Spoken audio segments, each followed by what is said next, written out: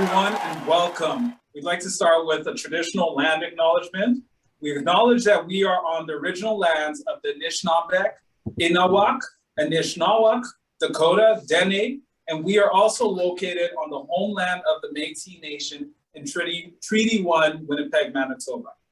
We'd also like to share a Black land acknowledgement as well. As we engage in dialogue today, what it means to be Black in Canada, it is also our responsibility to ask, what does it mean to be Black, to be a Black Canadian who steps beyond this land acknowledgement and stands in solidarity with Indigenous communities? What does it mean for our advocacy? Is it enough to work for recognition and equity within the structures of the settler colonialism if they were founded on the disposition of Indigenous land? What does it mean for our narratives of survival if each story speaks to the deep resilience of Black Canadians, but it erases the elimination of Indigenous peoples that allowed for our settlement? And finally, what does it mean for our hearts if we know what is to face death at the hands of colonial state, but allow Indigenous death to unchallenged in our works? What does it mean to be a Black Canadian who stands in solidarity with Indigenous communities? It is a question bound up a complex history. But as we think about the Black experience today, it is a question that we must begin to answer. This is by Kia Butterfield, February 11th, 2018. Warren? My name is Warren Clarke. I am the founder of the Afro-Caribbean Mentorship Program, and I welcome those who are in attendance to the 4th annual Black History Month event. This event is not just only acknowledging our past, but it's also acknowledging those who are doing fantastic work in our Canadian communities who are African descent. We've been positioning this event for many years to be interactive, not just one where you're just listening to people speak and listening or seeing great performances, but we want to hear and continue to hear from those sitting at home because you have something to say, and you are. Hello, everyone. My name is Wilfred Sam King. I'm an entrepreneur and former University of Manitoba Bison and former professional track and field athlete and the founder of the Rising Stars Foundation. Thank you, Warren, for having me here today. Thank you, Zuieke, for letting us use this beautiful Black-owned space and beautiful Black apparel everywhere. You know what it is? Yeah, I see you guys. You know what it is. All right. And thank you all for joining us tonight. As Warren said, we like this event to be interactive, and we welcome people within the chat function and spirited conversation as we move through. Yes. And you know, one thing with the chat function too, we want to ensure it's PJ-13, all right? Because we got young people there. So please, let's be positive. Let's enjoy the evening and the festivities. But before we get into things, I want to shout out to the Royal Bank of Canada, who sponsored and supported the ACMP initiative for the last 2.5 years. And with that said, we have a first welcoming message from RBC by Manager of Business Market, Hewen Knox. Please and thanks.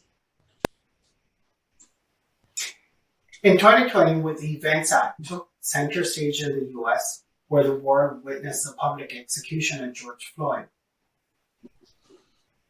This brought issues to the forefront around unconscious and conscious racial biases that many experience every day of their lives, many of which were shared in open dialogue within our organization.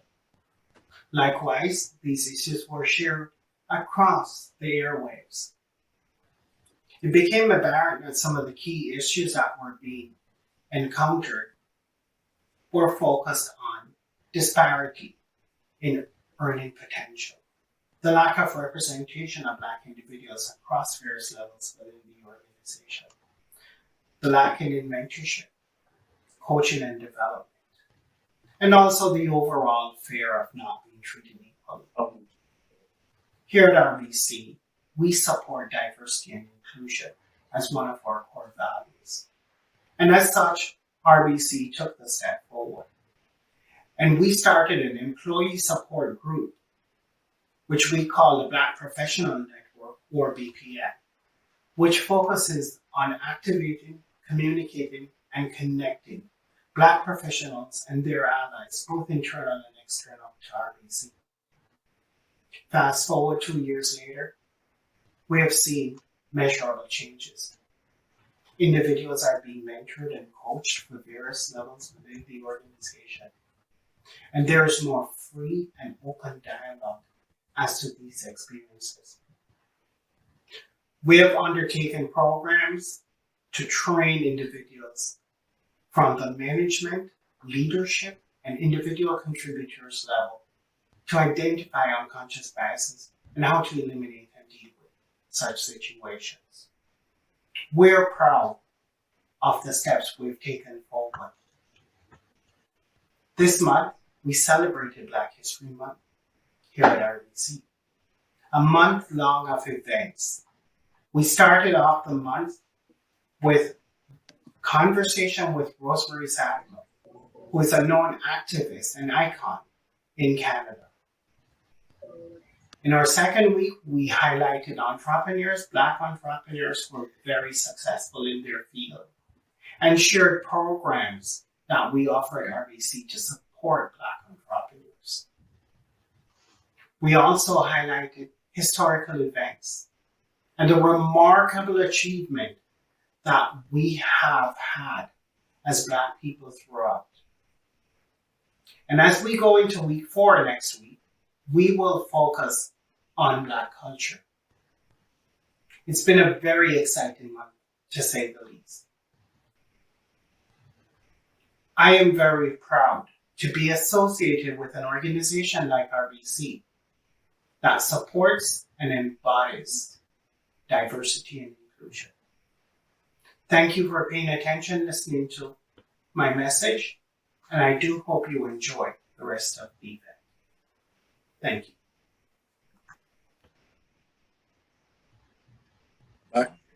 Thank you very much appreciated. In 2018, the Afro-Caribbean Mentorship Program was established at Carleton University. It was either a wonderful accident or a wonderful accident. And what I mean by that is the people I was working with and continue to work with never anticipated growing this initiative the way it has been growing for the past 4.5 years.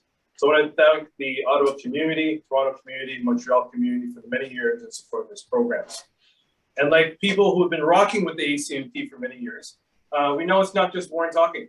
It's all about acknowledging our young folk in the post-secondary education spaces, but also high school. It's about paying it forward. And by paying it forward, it means that we need to show up and support Black students, not just say it, because saying it doesn't go too far. And with other previous events of the Black History Month prior to this one, we've been putting our money where our mouth is. Did I say that correctly? I think yeah, money where your mouth. Money where our mouth is. That's what I meant. Thank you. And in saying that, we're going to be giving away some scholarship money or book bursaries. So I got to be very technical wording here. Book bursaries to support African descent students. And we'll be highlighting them throughout today's program. Another thing we'll be doing is acknowledging great achievements from African descent people between Manitoba, Ontario, I think Montreal a little bit. But anyways, we are going to be acknowledging these folks. And acknowledging these folks is not just a clap, but to also ensure that we are seeing them because they're doing amazing things. And this cannot be done only with one person. So when we do announce these winners of the birth bursaries or the certificate recognitions, we ask you, please scream, clap, give people high fives in your home. That is an indication of spreading positivity and love. With that being said, moving forward in this program, you're going to notice a few things that are going to be very interesting, such as commercial breaks. Well, who said that? Yes, commercial breaks are going to happen. So what we are doing with this program is supporting Black businesses. And in doing so, we're going to be playing commercials that are Black businesses only. All right. And this is a way for you at home to pull out your credit cards, go online and buy some of their services and goods, because the only way we're going to build Black Wall Street, yes, I did that on purpose, is when we support Black. Okay. So without further ado, before we get into the festivities, because I'm so excited. Hey, by the way, anybody like sweetbread? No? Can't hear you anyway. It doesn't matter. So anyways,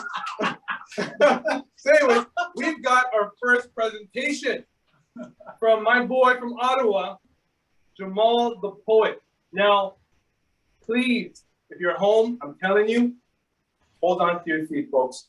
He's about to bring it. Jamal, you there? I trust you there, Jamal. He's getting ready. He's getting ready. I see him. He's getting.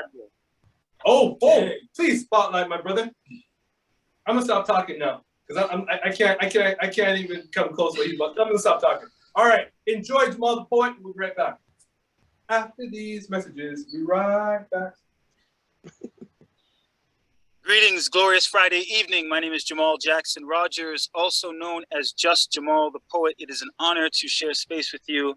Truly a privilege. Human beings, I hope you're feeling well, balanced. I hope you're taking time to rest, recuperate, because there is so much going on in the world right now, as we all know and we're all aware of. So I'm sending you positive light, healing energy, and I hope that this weekend gives you a chance to recenter yourself, rebalance, and reconnect with things that you love. So I've been asked to share a little bit of poetry with you all to open up this evening's gathering and commemoration. First of all, congratulations to the organization bringing this event together. You know, I've been able to work alongside Warren doing poetry presentations at some of the programs he's either organized or managed, and it's always a special gathering. I get to meet new people, hear about their journeys, and of course, get to celebrate our journey as Black individuals growing, working, and learning here in as settlers here on Indigenous territory. So thank you to the Indigenous communities that allow us to do what we do and express ourselves. And of course, thank you to our elders, and thank you to the organizations and the individuals that brought us together this evening. I have a poem titled It's Time. It actually touches on two of the things that Warren had mentioned, putting your mouth where your money is, and just other things about in regards to making sure we are supporting our community so we can build that Black Wall Street. This poem goes like this. It's time to let go of the feeble ego and allow our souls to soar like the regal eagle and encourage each other to roar like our elders who had the power to infuse life into the hearts of our community members to produce practical, sustainable answers. It's time. It's time to say yes to the best in us, invest in us, because no one else is protecting us. It's time. It's time the tribal war ceases and we learn to forge friendships that are based on peaceful ethics, because we all carry the same ethnic background and share the gift of brown. It's the light from within that generates the melanin in my skin. It's time. It's time to pick up the pieces and iron out the creases, because no longer will our voices be muffled, our ideas be crumpled. We need to walk the straight path. We need to dress ourselves in the truth like we dress ourselves in our clothing. So when we speak it, we unleash it, provide food for thought for those who forgot how to eat. It's time. It's time to stand up, because true say time's up. Time and time again, we have proven that time is not our near and dear friend. It's time we greet each other with the way our ancestors greeted with each other, with peace and grand rising, not good morning. It's time. It's time to build what we envision, and what our hearts long for, we need to work hard for, like commission. It's time to turn off the television and unplug the alarm, because we should not hesitate to participate in building our self-determination. It's time. It's time to stop pretending. It's time to start lending a helping hand to your fellow man, neighbor, brother, sister. Because if you don't, you have no right to want to be called Mr., Minister, Sir, Ambassador, Leader. Our work relies on faith and good works, and we have shown neither. It's time to start producing and time to stop consuming the things that we don't really need. It's time to stop abusing. It's time to start connecting the lines, because it's affecting the lives of children next in the lines. So I'm requesting, it's time we put our mouth where our money is, so that we don't confuse the truth with our opinions, because I have learned that we take pride in every dime that we earn. So I say, lay your mouth where your money is and speak with caution, lest you waste your words on lies and gossip. It's time to stop sending mixed messages with our Black peoples, because human beings aren't meant to decode the human genomes that are responsible for our idiosyncrasies and emotions. It's time to stop playing Monopoly with our devotions, taking major risks with our divine relationships, It's time to start playing more checkers and more chess, because we need to keep ourselves in check when we crown ourselves kings and queens and want to puff up our chests. It's time to start laying down the foundations and paving the way for future generations to contract skills of investments and savings and teach the youth how to not fall to wayward spending habits and cravings. It's time to stop sleeping and time to start believing that we are creative people capable of achieving amazing things. So, ladies and gentlemen, sisters and brethren, children and veterans, immigrants and citizens, we must make haste, because if there is one thing that is more deceiving than time, it is time itself. We must use time wisely while we are in our prime, because ultimately we will all die. And so let us celebrate our lives like the goodness of the 7 principles in the Kwanzaa nights. From Emoja to Imani, let us honor our history, commemorate our daily journey, and finally secure our promised destiny. It's time. It's time. Very much. It's time, y'all. It's been time. It's high time. So, Sarah Onyango, it's good to see you up in the space. I miss you, and I miss all the lovely people that I once had a chance with gathering regularly. Yes. Enjoy the rest of the celebration gathering, and we shall we'll connect real soon again. One love. Yes, we will. We will. Jamal's not going anywhere. Jamal will be back at the end of the event to close up the event. Jamal, don't log up. That was amazing, Jamal. Thank you so much.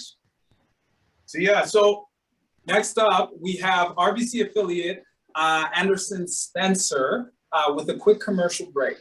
after these messages, we'll be right back.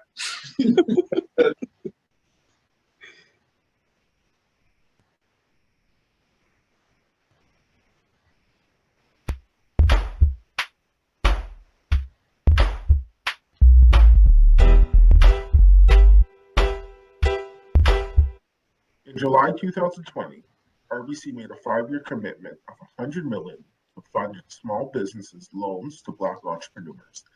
In addition, our Black Entrepreneur Program brings together business, marketing, and digital experts with community leaders to share ideas and best practices in concrete effort to advance the growth for the Black entrepreneurs.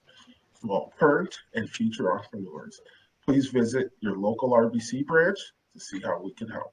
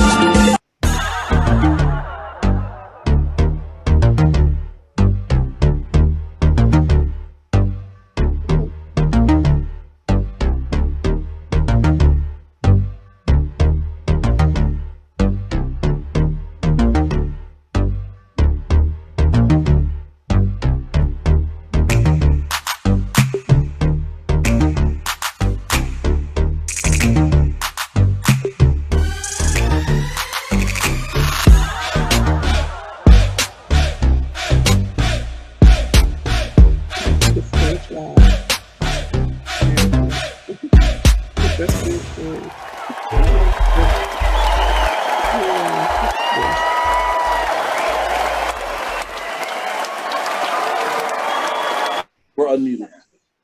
All right, that was our first commercial break. Please, I trust you wrote down the information of these amazing Black businesses. So we'll be showcasing them again throughout the evening. But before we move on to our first amazing keynote address, I want to do a big shout out to Adele Lacroix. Without Adele, this wouldn't work. All right, so if you're home, please put your hands together. A round of applause, please, for Adele Lacroix. Thank you so much. Thank you. All right, shout out. All right, so tonight we're going to start off with our first keynote. The wonderful Michelle Jean-Paul, who is an educational leader and this is a really long title, so I'm gonna have to pull out my phone for this one, unfortunately, but she earns this. She's a principal, but now is making impact and big changes within the city on the provincial, national, and international level. Her official title is the Louis Riel School Division's Divisional Principal of Diversity, Equity, Inclusion, and Anti-Racism Services. And that name reflects how hard she has worked. So I'm gonna throw it to you, Michelle. Welcome, welcome, welcome. Yay! I'm so happy. Oh my gosh. Whoa, I got a hype squad. This is nice. Thank you for the introduction. All right, so then tell me what I'm talking about. No, I'm joking, I'm playing. All right. Sometimes people try to destroy you precisely because they recognize your power. Not because they don't see it, but because they see it and they don't want it to exist. Bell hooks. A couple of Black history questions for you. What was the name of Canada's first and only all-Black battalion? The answer, the number 2 Construction Battalion. Les loyalistes noirs qui se sont établis au Canada Atlantique étaient impliqués dans quel conflit?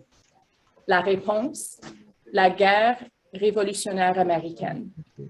Whether it be our beginnings in the heart of Africa, our contributions from across the diaspora, or achievements here in Canada, beginning with the very moment that Matthew DaCosta set foot on this land, our Blackness has always been beautiful and worthy of recognition.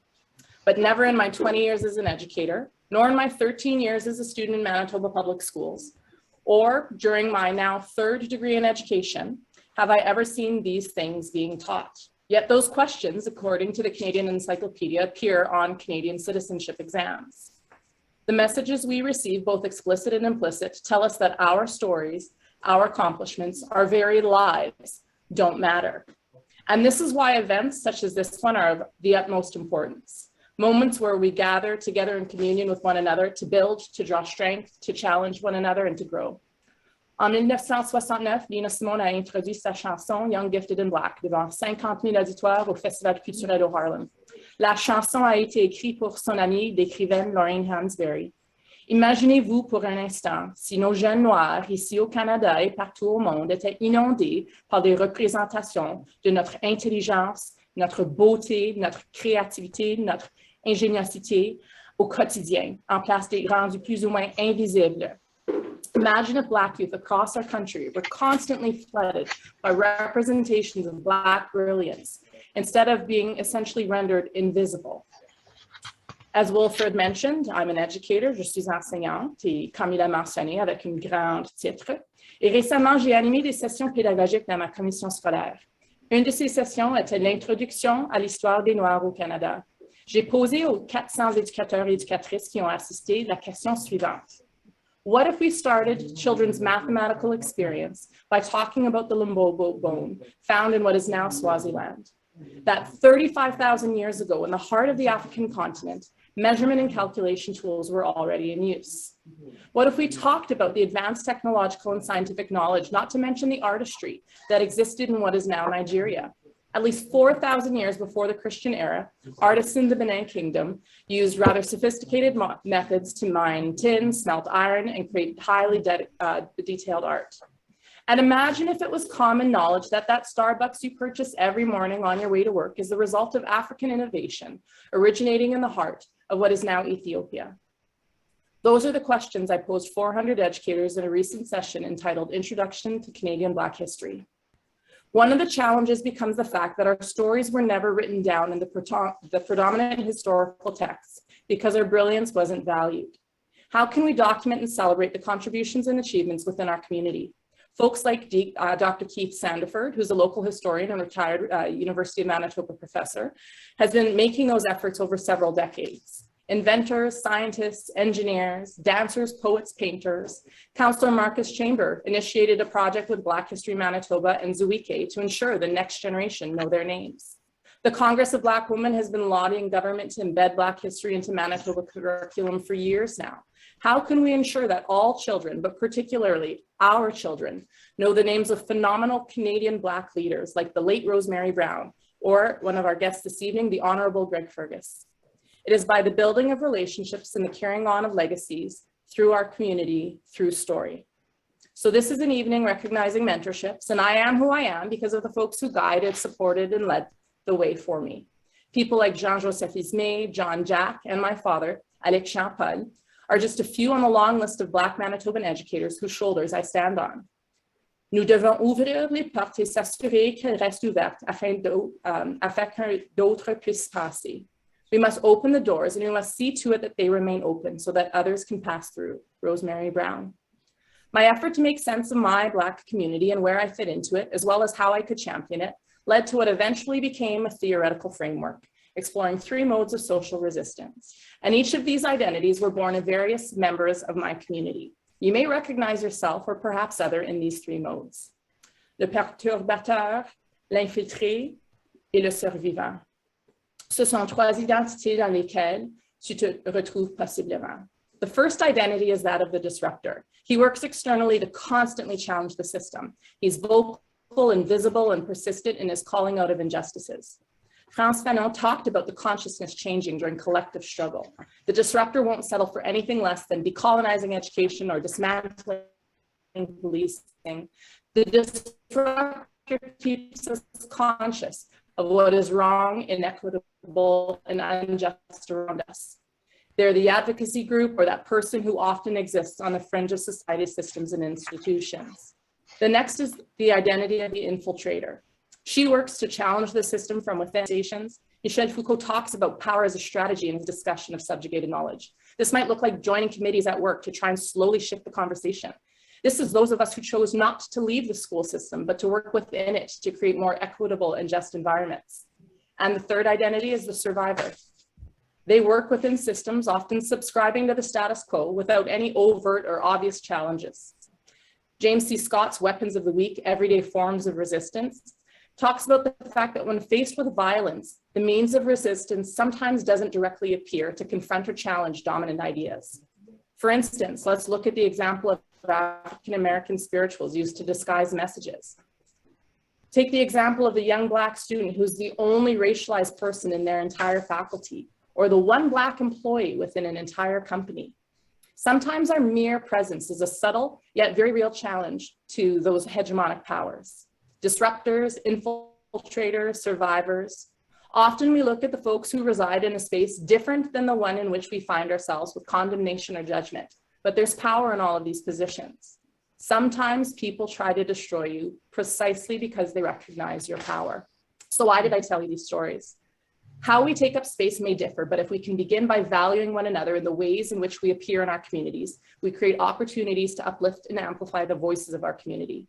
Rather than ostracizing folks who don't do Blackness the way that we do Blackness, what if we grant understanding and respect?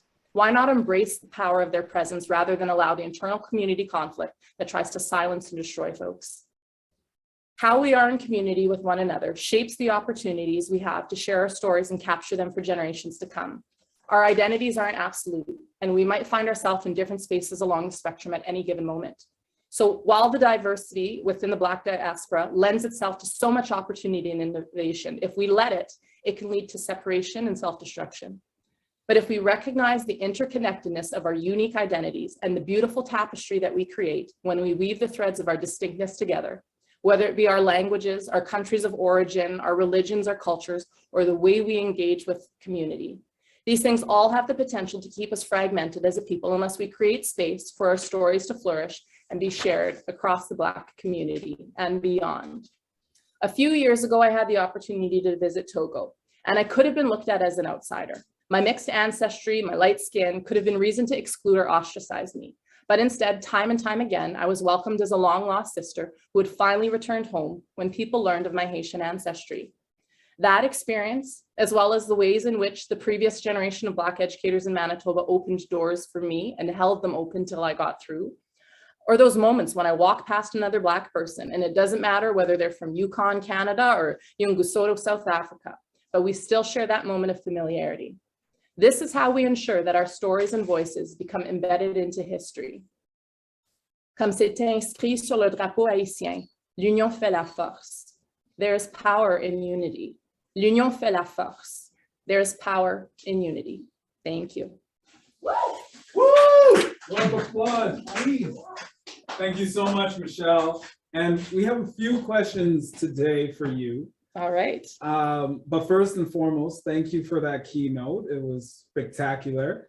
And this is Wilfred's voice, by the way, but the beautiful Michelle's face will stay on the screen. The first question is, how do you envision Black community members working together in a relationship of solidarity? Yeah, and I think it goes back to what I talked about in terms of recognizing the spaces that we each live in. I think, you know, tension comes when we feel people engaging in ways that are different than our own, and we don't necessarily understand the space that they're existing in and walking in. And so, you know, someone who's just merely surviving looks at the disruptor and is like, can you keep it down? You're drawing too much attention to us, right? The infiltrator, you know, is looking at the survivor saying, oh, you're not doing enough, and looking at, you know, the disruptor saying you're doing too much. And the disruptor looks at the rest and just says, you don't care about your community, because, you know, if you cared about it, you'd be fighting for it more. And I think, you know, our simple existence is an act of resistance. And so acknowledging that, and respecting the walks of others, and looking at them as complementary to the cause and complementary to our community is how I think that we move forward. That's fantastic. And before I move on to my other questions, we will be accepting questions also from our participants and the audience. And thank you, Michelle. Thank you for your insight. Thank you for your vulnerability and clarity. And next question I have for you is, how has your time in leadership with times of imposter syndrome or having to fight for a role that you know that you deserve but may have been overlooked, has that ever occurred? Absolutely. You know, one of the things that I've been able to recognize, and being born in Canada, I think when I was younger, I saw my path as being easier than my father's. As someone who immigrated here, you know, he used to say he spoke the wrong color of French. And so in recognizing the struggles that he had, I saw how things were easier for me due to some of those experiences. But I definitely hit the glass ceiling. And for me, it was probably more a question of some of those microaggressions that, you know, I rather know who my enemy is than be questioning it. And so definitely encountered, you know, whether it's people minimizing what I've accomplished or myself minimizing what I've accomplished. You know, I was raised in that notion of, you know, work 3 times as hard to be considered twice as good. And that's something that I take into heart, but there's an emotional labor that comes with that. And it's only later in life that I've learned the importance of stepping back and taking care of myself and receiving the care of my community. Thank you so much, Zuieke, and thank you once again, Michelle. We're going to throw it back to Warren, and he's going to hand out the first bursary of the night. Once again, Michelle, you are phenomenal. Thank you for sharing such knowledge with us. I'm back. Am I back? Can you see me? I'm excited. I'm excited. You know, Michelle, thank you so much for that amazing keynote address. You know, one thing I want to acknowledge is, is there any questions for Michelle? Anyone want to ask a question? Sure, please. Any questions? Going once. Going twice. Sold for no questions. All right. But Michelle, where can people reach you if they want to get in contact with you? You can find me on Twitter and LinkedIn, just Michelle Jean Paul. I need to start doing that because I give people my email address and I get letters. So I just learned something. Thank you, Michelle. Thank you, Michelle. Appreciate you. All right. So moving on, we are going to introduce 2 people for the Black History Month Certificate of Recognition. Now, these 2 people have done amazing and continue to do amazing things in our Canadian communities. The first person who I'm going to introduce, I'm going to reserve his name for a moment, but the first time I met him was out in Winnipeg. And, you know, if I could envision what a PhD person, a person who's doing a PhD looks like, it definitely would be this individual, right? And I first met him at this pub, and my first time meeting people when I got out here, and he was just working while he was gonna, you know, meet me that first day. I was like working on his dissertation. I was so moved by that, and you know, I don't do a good job in connecting with him because I'm busy at times, but you know, rightfully so. This person is very busy doing amazing things in our community, and this person I speak of is Richard Sylvester. So Woo, PhD student in physiology.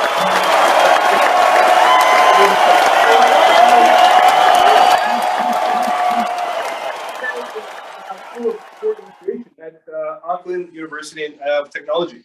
He is specializing in strength and conditioning and currently working on a study to understand development and conditioning in youth female athletes. Born and raised in Winnipeg, Richard returned to Winnipeg after the start of the pandemic and has quickly immersed himself in the community. And without further ado, he is here to accept my handshake because I don't have anything to give him. As we got delayed. It's stuck in the pipes. All right, Richard Sylvester, come on down.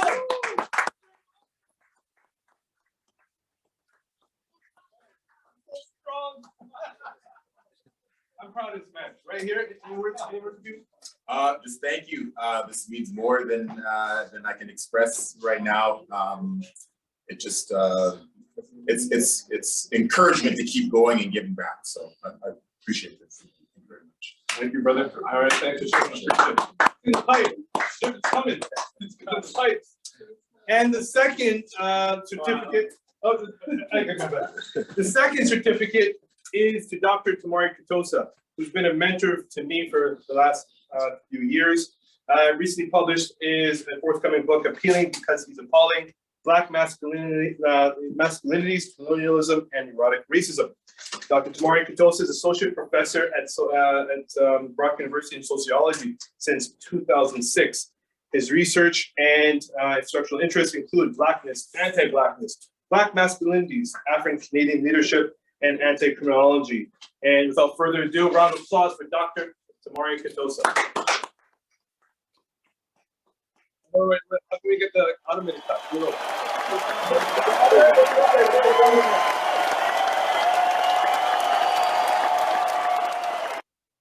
All right, now, folks, if you're home, but you are home, not here, obviously, please stand up if you can, if you want to. We are about to introduce our first two bursary recipients from Carleton University. Round of applause. You don't know your round of applause before, but please, you got to love right now, all right? So the first, actually, sorry, it's the University of Ottawa. My bad. The first person is Ketsia Kamba, and the second person is Trinity Lucen. So I'm going to read their bios quickly here. Here we go. So Trinity is she has a GPA of 8.54 in Bachelor of Science in Human Kinetics and minor in Psychology. She is also on the University of Ottawa's women's volleyball team, active volunteering in Ottawa Food Bank and Farm, projected member of the Black Student Athlete Advocacy Council at the University of Ottawa. Without round of applause, please round of applause for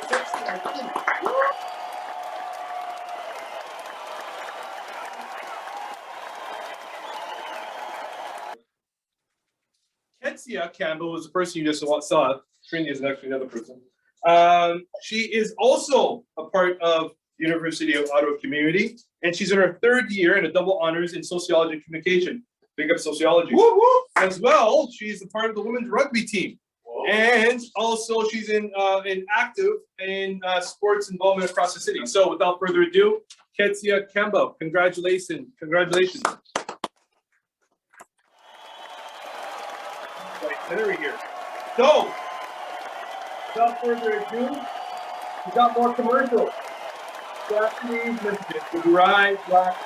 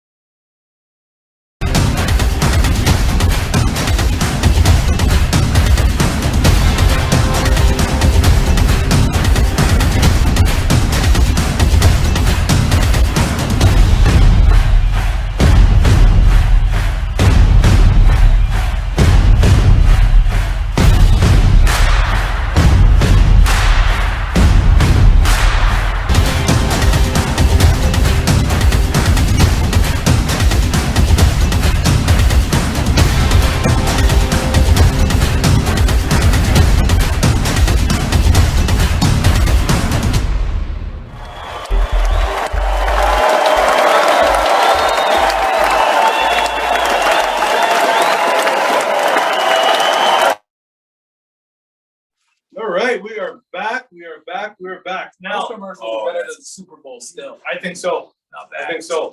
So, we are going to give away some sweetbread. But before we do, we're going to show you or teach you how to prepare sweetbread in your own home. Really? Yeah. Okay. You know, it's not even that hard, apparently. What do you mean it's not that hard? You know, You're baking? You can bake? I can't. All right. But I think I could do it with this instructions. Okay, let's go. Yeah, roll that, please. Roll it. Today I'll be making my famous Bajan sweetbread, or as some would call it, coconut bread.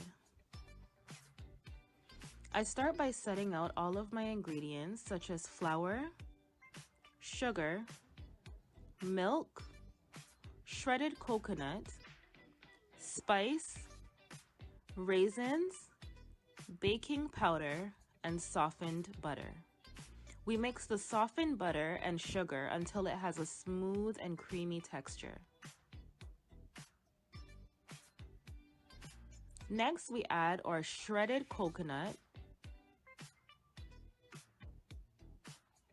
and then our raisins. We mix these ingredients together well. Then we add our liquid ingredients such as our milk. We mix well, then gradually add in our flour.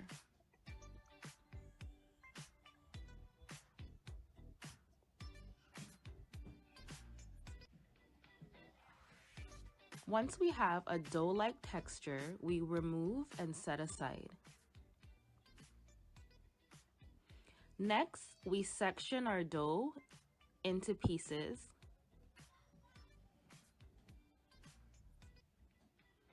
We flatten them out and add our coconut filling. For this part, you can add as much or as little as desired.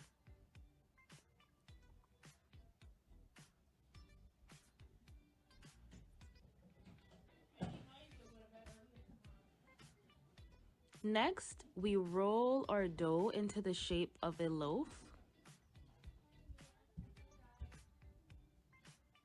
and put it into our baking pans.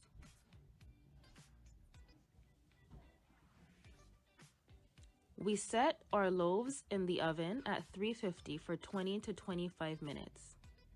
And this is what it should look like.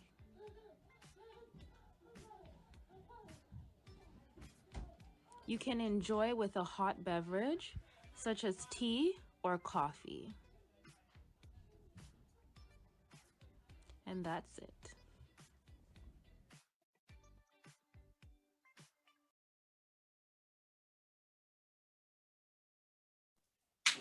Thank you. Mandy's Kitchen. So you now know how to make bread. I know how to make sweetbread.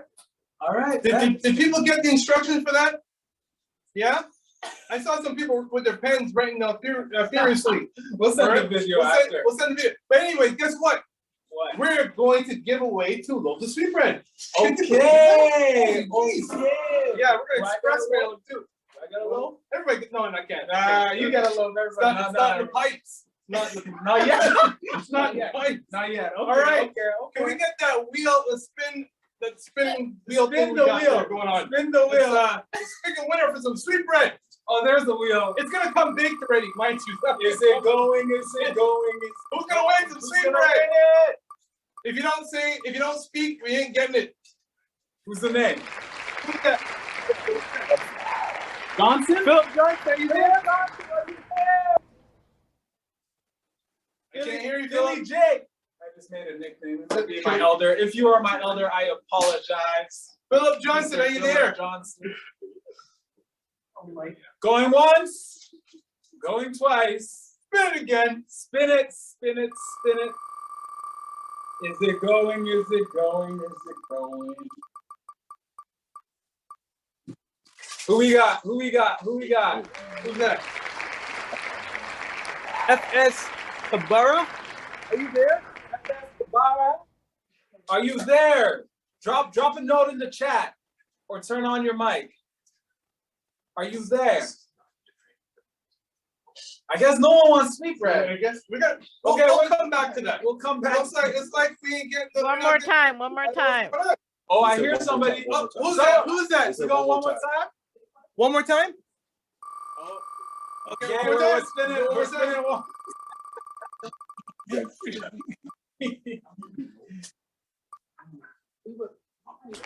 Who we got? Who's that? Look at her. Sunshine. Hi.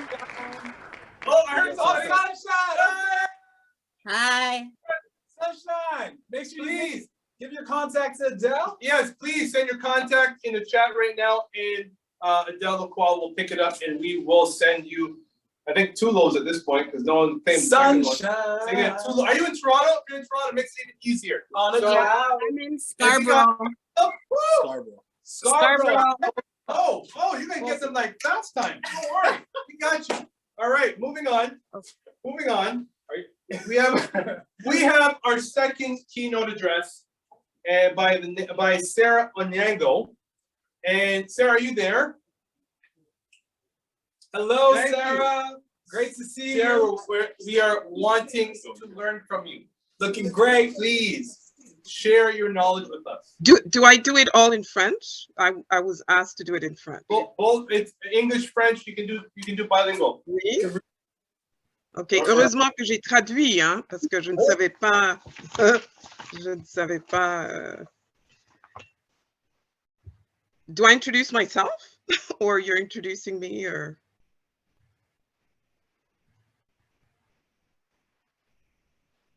And you're on mute. Man. Okay, yeah, Yeah, go ahead, Sarah. Welcome. Introduce myself? Yes, please. Okay. All right. Well, I'll introduce myself in English because I'm mostly going to be speaking French. I come from Quebec, right? So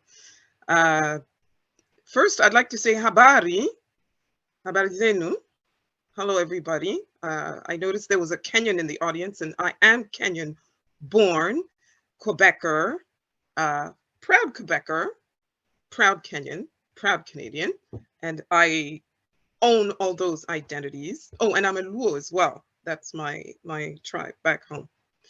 And I'd also like to recognize that I am speaking to you from the unceded, unsurrendered territory of the Algonquin people here in the National Capital Region.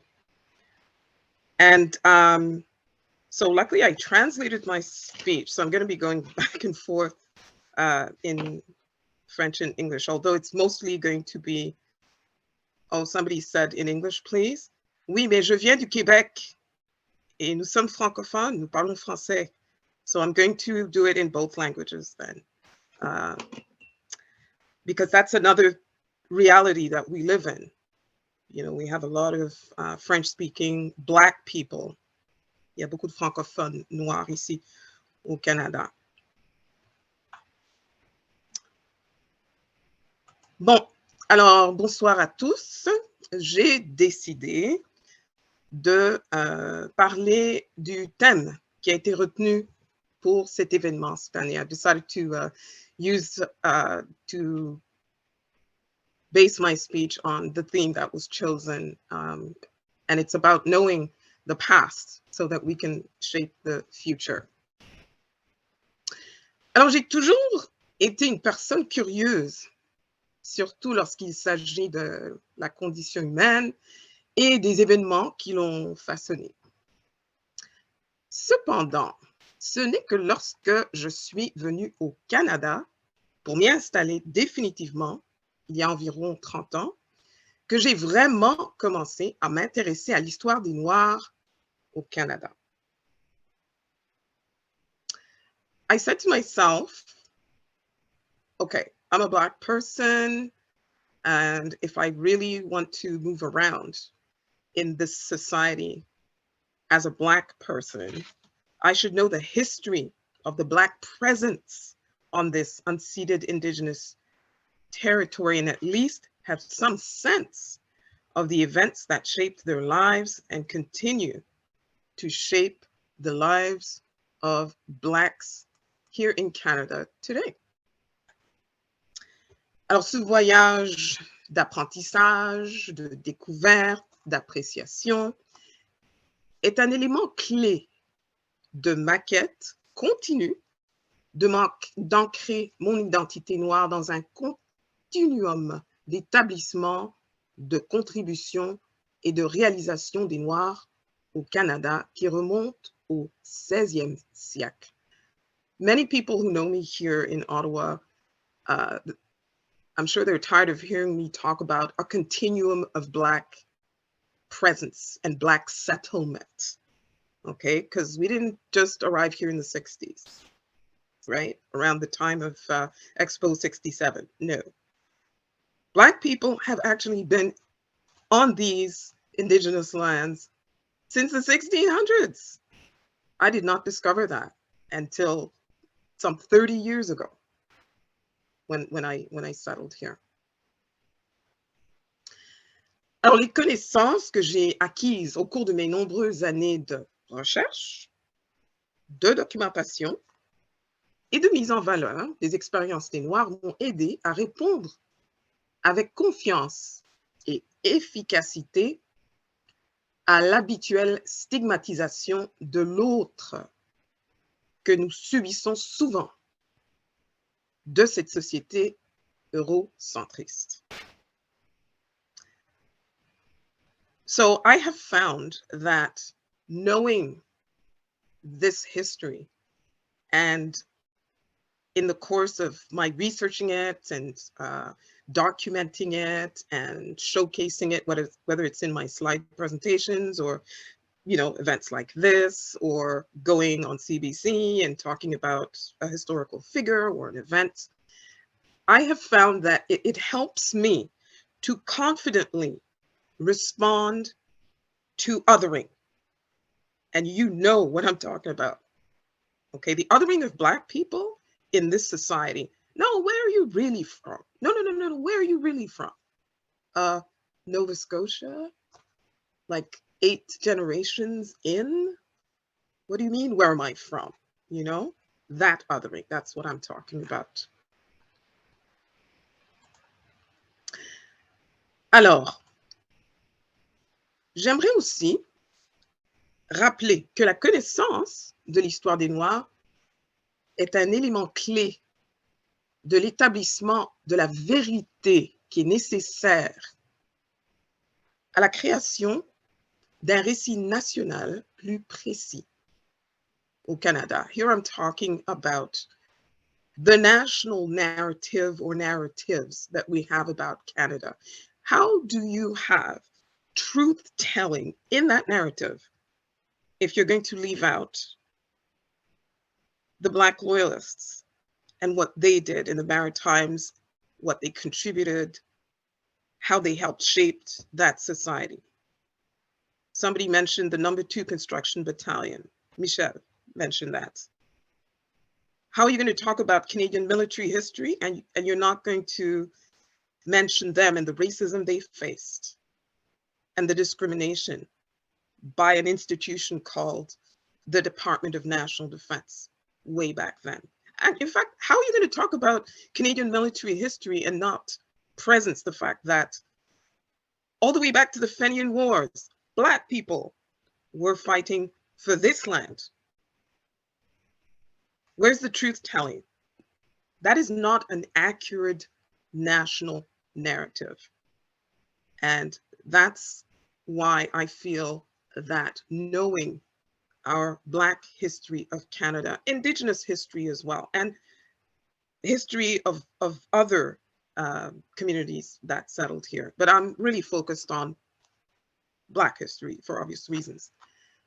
It's part of truth telling. Lately, we talk a lot about truth and reconciliation. Well, there needs to be some truth and reconciliation about some Black people in this land. And one good start would be to acknowledge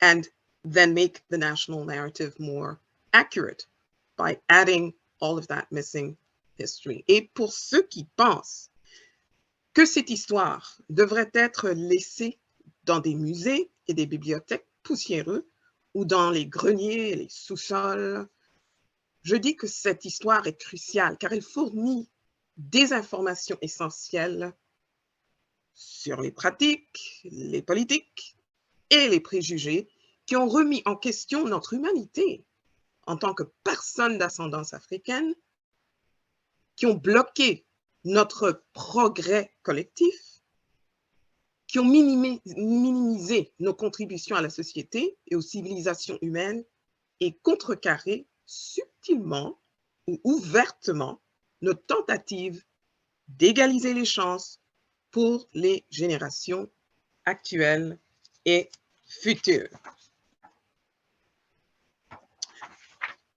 So this history should not be relegated to some dusty attic or, you know, somebody's basement, because we really need the information that comes from this history about the practices and policies that questioned our humanity.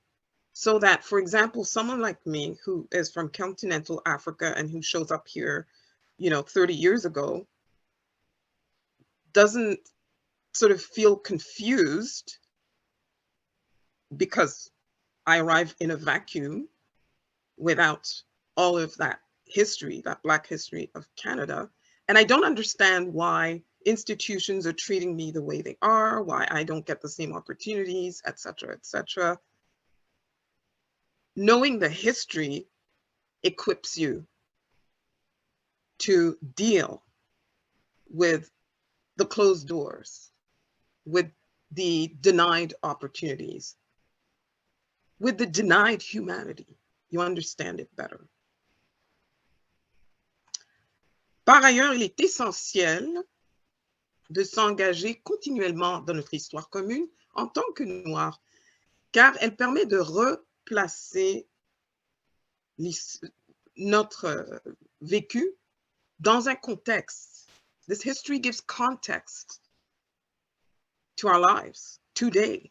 Ce contexte nous aide à élaborer de meilleures stratégies pour construire un avenir plus prometteur, car il fournit des informations très utiles sur les dynamiques de longue date dans la culture dominante. Nous avons beaucoup à apprendre des différentes vagues de migration des Noirs vers le Canada. Yes, we have a lot to learn from all those waves going all of migration and Black settlement going all the way back to the 1600s, right? Many lessons we can learn and apply so that we can, somebody's telling me time. Okay, so I'm just going to continue in French and finish.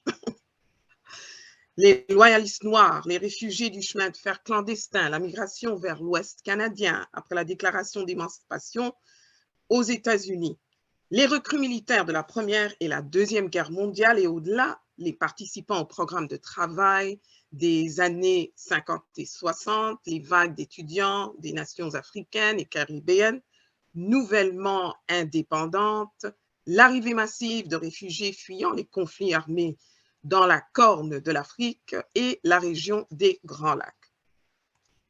Le courage et les compétences de survie hautement développées qu'il a fallu pour fuir l'esclavage et les persécutions violentes, puis s'installer dans ce pays où ils ont été confrontés à d'autres formes d'oppression, à des promesses non tenues, au refus de droits, de services et de possibilités d'emploi. L'Ubuntu et la détermination absolue qu'il a fallu pour mobiliser des personnes de races différentes afin de lutter contre des lois injustes en matière de travail et d'immigration. L'ingéniosité qu'il a fallu pour non seulement innover et ouvrir la voie dans toutes sortes de domaines, de la science à l'éducation, en passant par le sport et les arts, le domaine scientifique, mais aussi pour protéger et faire breveter ses inventions révolutionnaires. Il est essentiel que nous sachions la puissance de l'inspiration et des enseignements que nous pouvons tirer du passé ne peut être sous-estimé. Je me souviens de la force et de la force et de la motivation que j'ai ressentie lorsque j'ai appris comment la militante anti-esclavagiste, journaliste, éditrice, enseignante et avocate américano-canadienne Marianne Shadd, cette dame devenue rédactrice en chef du Provincial Freeman au début des années 1850, qui a utilisé ce journal pour éduquer et défendre les Noirs des deux côtés de la frontière. I remember how empowered and motivated I felt when I learned about Nova Scotian journalist and social activist Carrie Best and how she created the first Black-owned and published newspaper in that province, the Clarion, in 1946, as well as the radio show Quiet Corner, to give the victims of injustice a voice. Sometimes I feel like I'm channeling these two brilliant Black women in the work I do at CHUO 89.1 FM, helping provide a platform for our stories and voices to be heard on our terms. I often think of these two illustrious ancestors when I witness all the amazing podcasts and other content the Black people have created during this pandemic to keep us visible, connected, and empowered. Never underestimate the way inspiration from historical figures and their feats can provide tools and paths to even greater achievement. And in keeping with this year's ACMP Black History Month theme, I'd like to remind us that Black history as a means of transformation and change is still quite relevant and useful.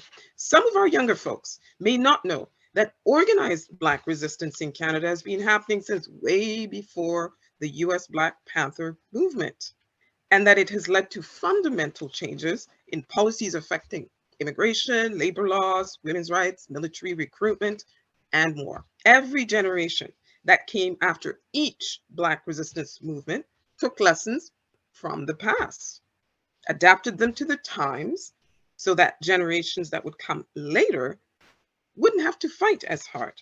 And another reason I feel history is important in our journey towards a better future is the fact that Canada's population is extremely diverse. Michelle talked about that.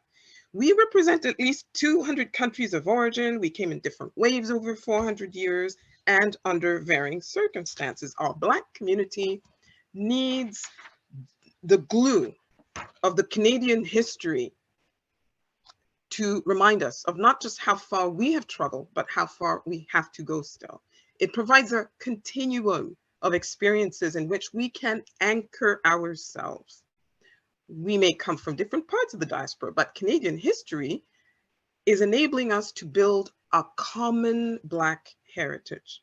And being anchored in this common heritage empowers us to claim our space. And that is a theme that Black History Ottawa chose for our observance this year. So since I've run out of time, I'll just conclude by with this quote attributed to a Spanish-born philosopher, essayist, and poet, and novelist, George Santayana.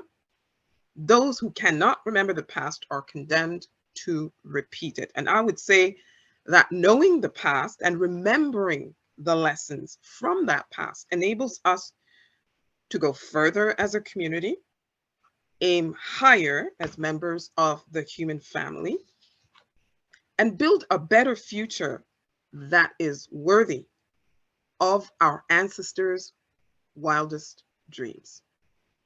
Thank you for listening. Thank you very much. Round of applause for Sarah. I messed up there. I didn't have your bio in front of me, so I apologize. But we put it your bio in the chat. We're going to ask you. We're going to ask one quick question, and then we're going to move on to our third commercial break. Sarah, are you still there? Yeah, yeah. Oh, there you go. And thank you for the wonderful talk. Much appreciated. So the question we have for you is, in what ways can Black Canadian history be included with Canada's history for all Canadians to appreciate and learn from? Yay, I love that question, because it is already being done. Yes, that is my MP, Greg Fergus. Yes, I'm your constituent. Anyway, no, you know what? That work is already being done, okay? So, for example, tomorrow, Saturday, February 26th, Sud Sutherland and Jennifer Holness, award-winning Black Canadian producers and screenwriters, are going to be premiering BLK, an origin story, and that's about Canada's Black history. So already on TV, it's being done and mainstreamed. In movies, it's being done and mainstreamed. We have some amazing academics who have done a lot of research and have shared it in institutions of higher learning. We've had museum exhibits that have highlighted this history. Mainstream museums, not like just, I mean, we have Black museums who do that. And because of the pandemic, a lot of that content has had to go online because people couldn't physically, go visit these places. So the information is there. I mean, you have YouTubers who have created vignettes, about different Black Canadian historical figures. That's very popular with younger people, even older people like those. The government of Canada actually has invested a lot of money through Canadian Heritage in producing posters, heritage minutes, guides that teachers can use in their classes when they're teaching about Black Canadian history. There is a lot of material out there, much more than when I started my journey in 1993. The thing is, people need to know where to find it and how to find it. Accessibility. Accessibility. Pardon? Accessibility. Well, it's not just accessibility, it's guiding people to where the stuff is. You know what I mean? Because it's everywhere and all over the place.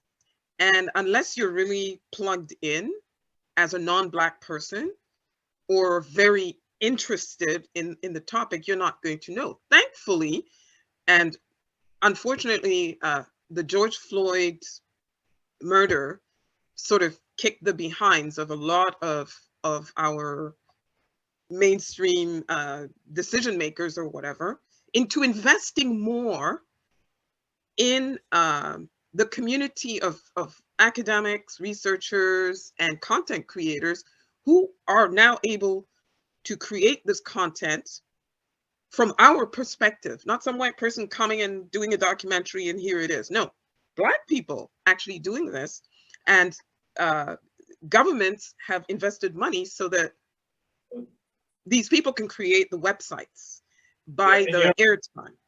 And this is good information. Sorry, we got to wrap up, sir. But I really appreciate your response, because this gives a point. It creates an inroad in terms of how we can just think through what's out there and how we can.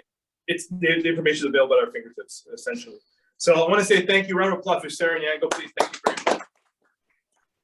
A quick commercial break, and then we're coming back with the Honorable Mr. Greg Fergus. Thank you.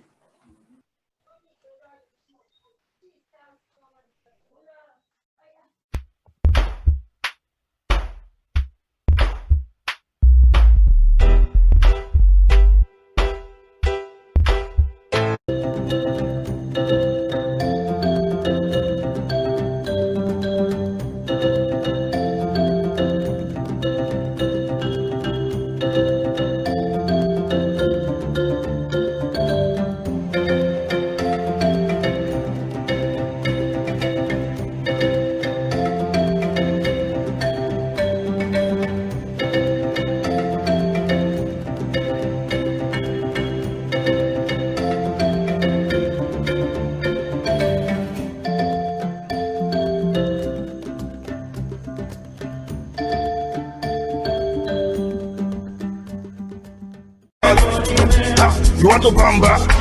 You wanna G with the big boys? Now you the wrong, get the kitty, you the wrong, get a coffee drink with a drop cup. Wait, let you see how the thing goes. How the thing goes. Oh, you're telling me who then do? And who? Alright, take it easy, and especially high point. Okay.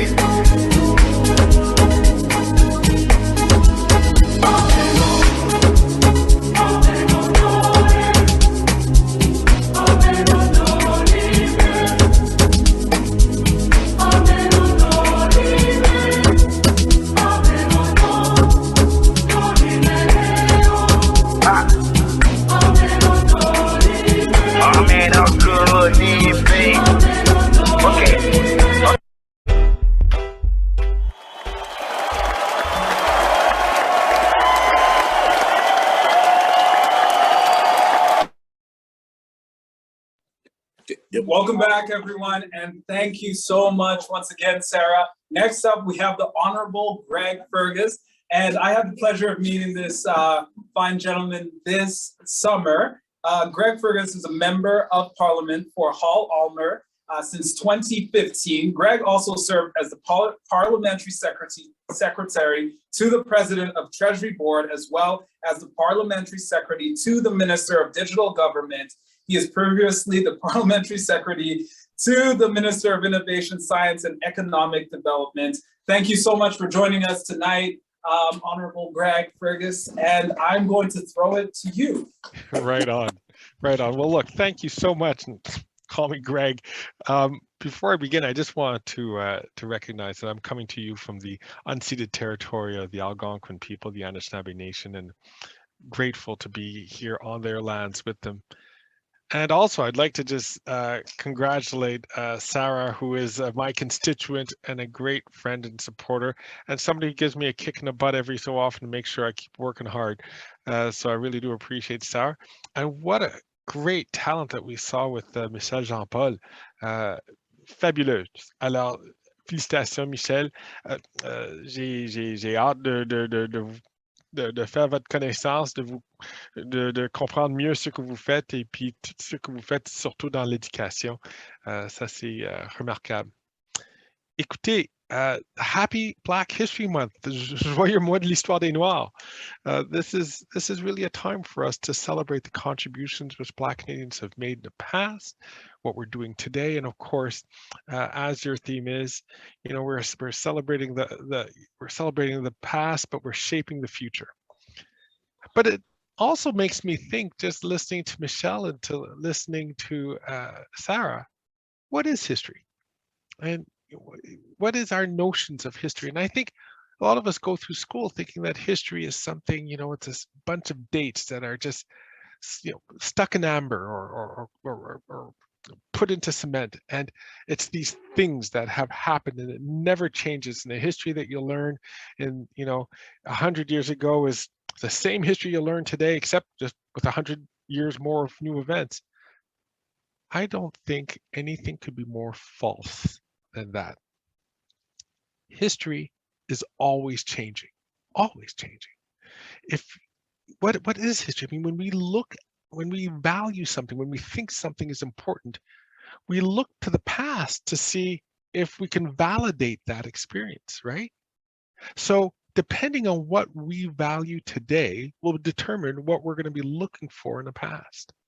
So history is always changing.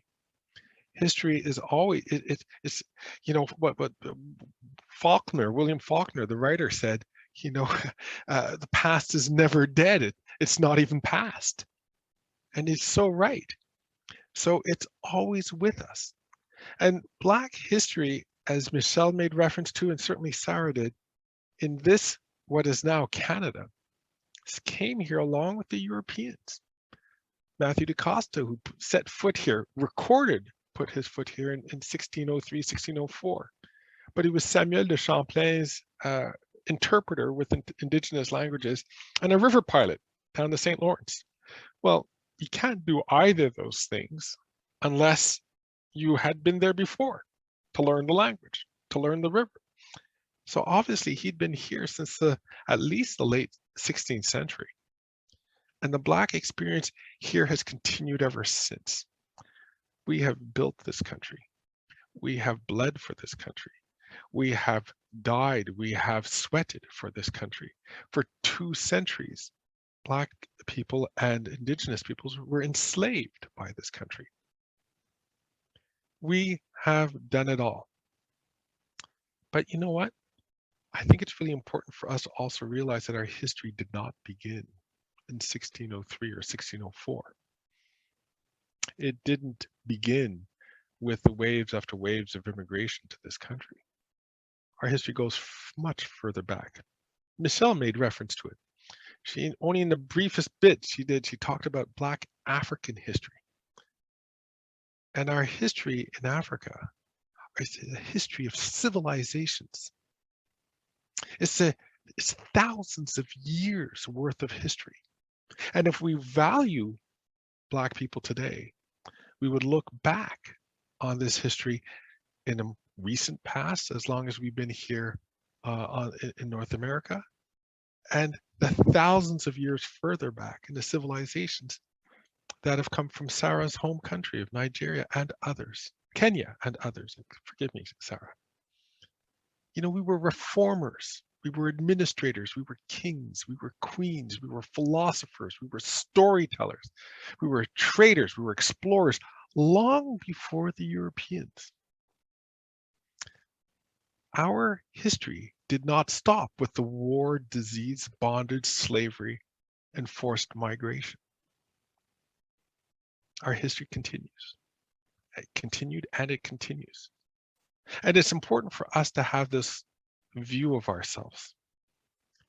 For if we choose to see ourselves differently, if we choose to see ourselves as actors in history over continents, over centuries and millennia, and if we choose to share this with other folks, then I think we will certainly be able to do what the ACMP is looking us to do, which is to celebrate the past and to shape the future.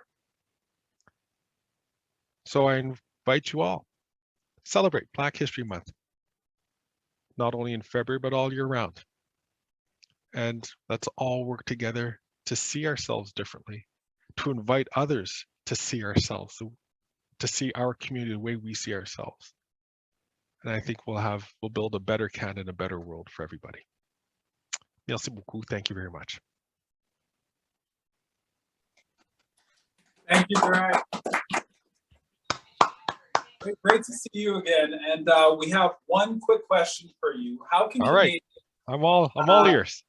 You're all ears. But only if I can have a chance to win the sweetbread, though. I was a little disappointed. I did not see my name on that. I did not see my name on that dial. We'll send you some. But the question is, how can we integrate more Black history for both Black youth or Black children to learn, but also non-Black people or non-Canadian? Yeah, I think both are so key. So first of all, we have to be proud in ourselves, and we have to understand a lot more of our own history. And that means doing work and supporting the work that's being done out there. There are a lot of great people who are reaching back and detailing what Blacks have invented, have contributed, and insights they've had, and the mistakes that we've made too. So much learning comes from understanding the errors of the past. So I think there are just so many ways of that. Now we got to tell that story. We have to support that in our communities, in our community organizations. What you guys are doing here, I think, helps whet the appetite to dig in a little deeper. And then we also have to then make demands of our governments, federal, provincial, municipal, of community organizations, to start thinking of, well, valuing Black people today means looking back and understanding what they've contributed before. And so we need to do more of that. And I think if we collectively do that, it's going to be really pretty amazing to see how we can change things very quickly. I completely agree. We all know we work twice as hard as everybody else. So, we know how to work hard. We just have to make it count now. Thank you so much. And thank you for taking the time to spend with us. Really is a pleasure. And we'll talk soon. Thank you. Right on. Be good. Cheers. Okay, next up, I want to invite Warren back. We're going to give away some bursaries once again. Yes, we are. Who wants that money? Who wants that money? Who wants that money? Who wants that money? Make it rain. Who wants that money? We have a lot of fun here. Yes. So we have two Carleton University students who are going to be the recipient of the next sets of bursaries. The first person is Adam Nuruddin. Let's give a big shout out to Adam. Yep, Adam. Woo woo. Let's get a picture. Anyways. Adam is a psychology student, minoring in neuroscience and mental health at Carleton University. And he's also the co-president of the Carleton BSA, Black Student Alliance. So, and guess what? He's a track and field athlete. Did you know that? Oh, what? I think Wilfred's put up a challenge there. I'm just saying. No, my time. All right. The second person is Maysoon Amin. And Maysoon Amin is a PhD student in anthropology. Big of anthropology at Carleton University. And is an MSc in development, an extension from University of Guelph. I went to University of Guelph too. Congratulations! I did. Well done. I did. I'm still in school. Hey, congratulations, you two. We're gonna throw it to a quick commercial break, and we'll be right back. But yes, with LA Wade in the Black Glove panel. Oh my gosh. We gotta give you some credit.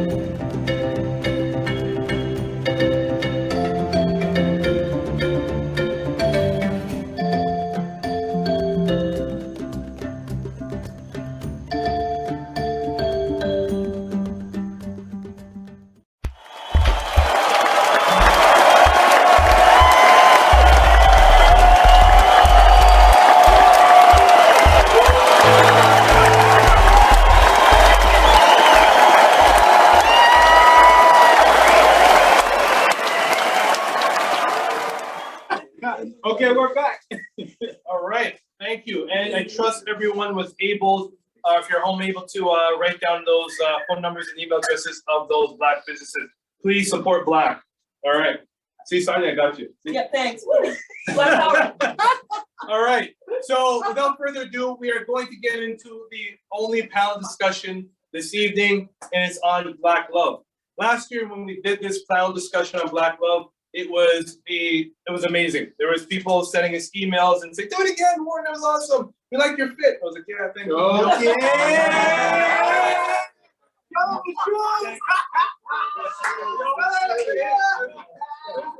Putting together a fit ain't easy. You know, just like Kevin Hart says, I put it out to be recognized. Okay. Anyway, moving on. So LA Wade will be leading the Black Love panel, and LA Wade is a seasonal lecturer for the University of Toronto in the transitional year program for the past 10 years. LA is currently pursuing a master's in counseling and psychotherapy, where she intends to explore themes of fitting in and belonging. Without further ado, LA Wade. Round of applause. Wait, where's my online vation? That was a really cool thing when the people go and they say, it's really cool. I would have liked one of those. Thank you. Yeah, where's the clapping? Do the clapping. Ah, can we have the clapping? That was awesome. I'm just kidding. You don't have to have that. Are my co-panelists on this call? I can't see anyone. Oh, yeah, there's Lassa and Michael. And then I don't know where Wolf and Micah are. I don't see them. We're here. Oh, there you are. I see you now. Perfect. So welcome, welcome, welcome, everyone. And I wanted to give a thanks to ACMP, Warren Clarke, for even having Dr. Warren Clarke, for inviting me to be on this panel and to feel like I have something to contribute. I'm a very honest person, for those of you who don't know me, and I embrace love in its fullness, and I love my community, and I'm so happy to be here and to see all of these faces. Lassa and Mike, and then Wolf and Micah, if you can introduce yourselves, and then we will jump right into it. And what I'll do is I'll post some of the topics that we're going to talk about in the chat so that people can see as we go along, so that we don't waste any time. Sound good? Good. All Awesome. right. So you go ahead, Lassa and Michael, and then I will go to Wolf and Micah. Awesome. So we met 4 years ago. We'll be 5 this summer. 5 years ago this summer. And we are now married and we have a son. He actually turned 1 today. And we're just still exploring each other, exploring this world, and having fun living our lives together. Wonderful, wonderful. Okay, Wolf and Micah, I know you won't speak for each other. That's what married people do, apparently. And I know that you two won't be doing that today. So you go ahead, either Micah or Wolf can go first. I'm happy to hear. I think I'm gonna go first. Okay, so the question is, what is Black love? No, the question is, just who are introduce you? myself. Okay, cool. Woo, I wasn't there yet. Hi, I am Wolf J. McFarlane. I am a multidisciplinary artist. I sing, rap, and also do art direction.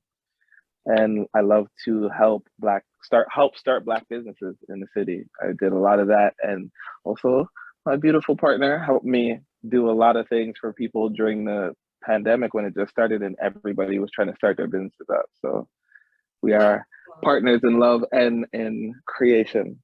Ooh, careful, you might get a baby with that word. Okay. Okay. Why are you starting body rolls? Okay, Micah, and go ahead. I'm Micah Kidake, and I mostly do life coaching. Wolf is going to want me to say that I write poetry as well. This is a side thing. But that's not all that you do. Are you not also a counselor of some sort or a life coach? Yeah, life coach.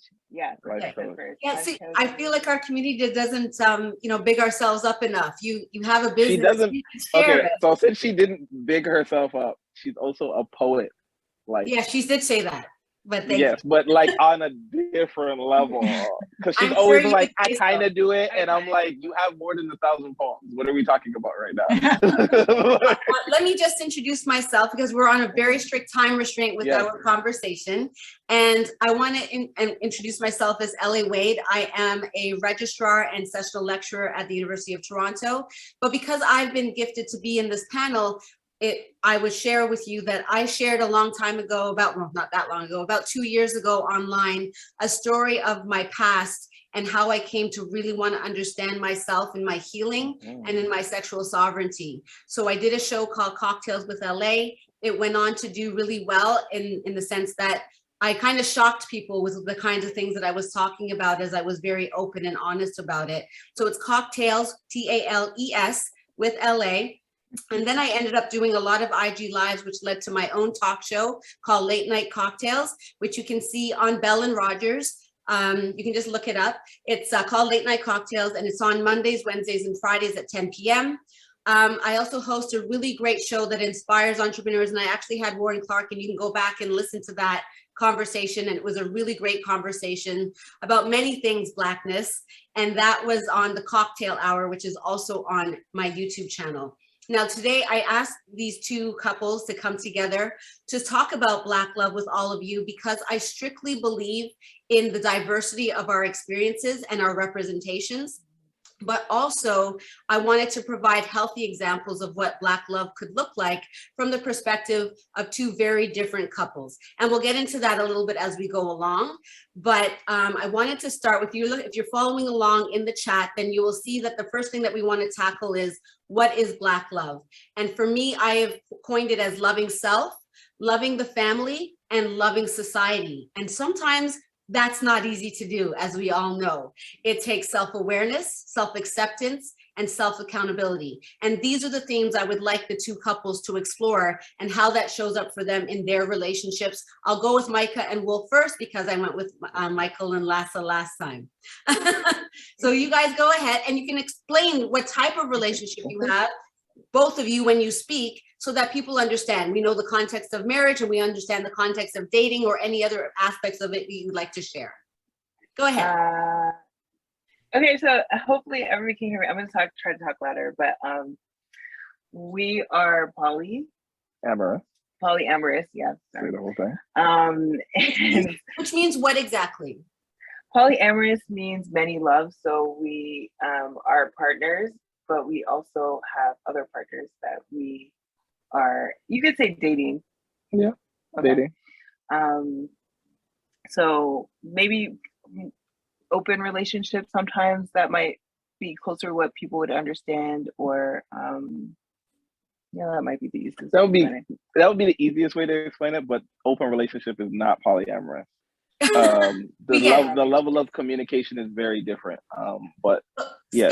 Speaking of levels of communication, so to my point about loving self, family, and community, what does it take to be, how self-aware and accepting and accountable do you need to be in a polyamorous relationship? And if you can provide examples of how you tease those things out. You have to be 1,000% of accepting, understanding, and there's a very, very high level of communication and emotional intelligence, and giving people the space to really understand themselves and be in a frame where it's like, oh, you're going through something, and instead of being like, well, that's not my problem, you know what I mean? It's like, okay, let's talk about it, let's work through it, let's figure it out. And what are your boundaries, and what are your standards, and where do you want this to go, and what does love look like for you, and does that work for me? Like, it's a very much flowing conversation, and allowing yourself to be vulnerable and heard.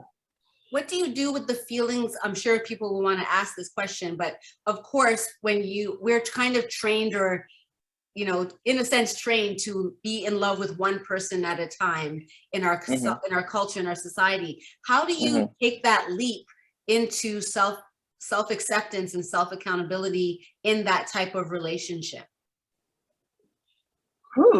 I would say it would be unlearning anything. Like if you've gone on a diet before, if you tried to like unlearn things that you've learned when you were a kid, like any traumatic experience is going to teach you something where you're going to want to grow or mature out of it, grieve. It's the exact same process.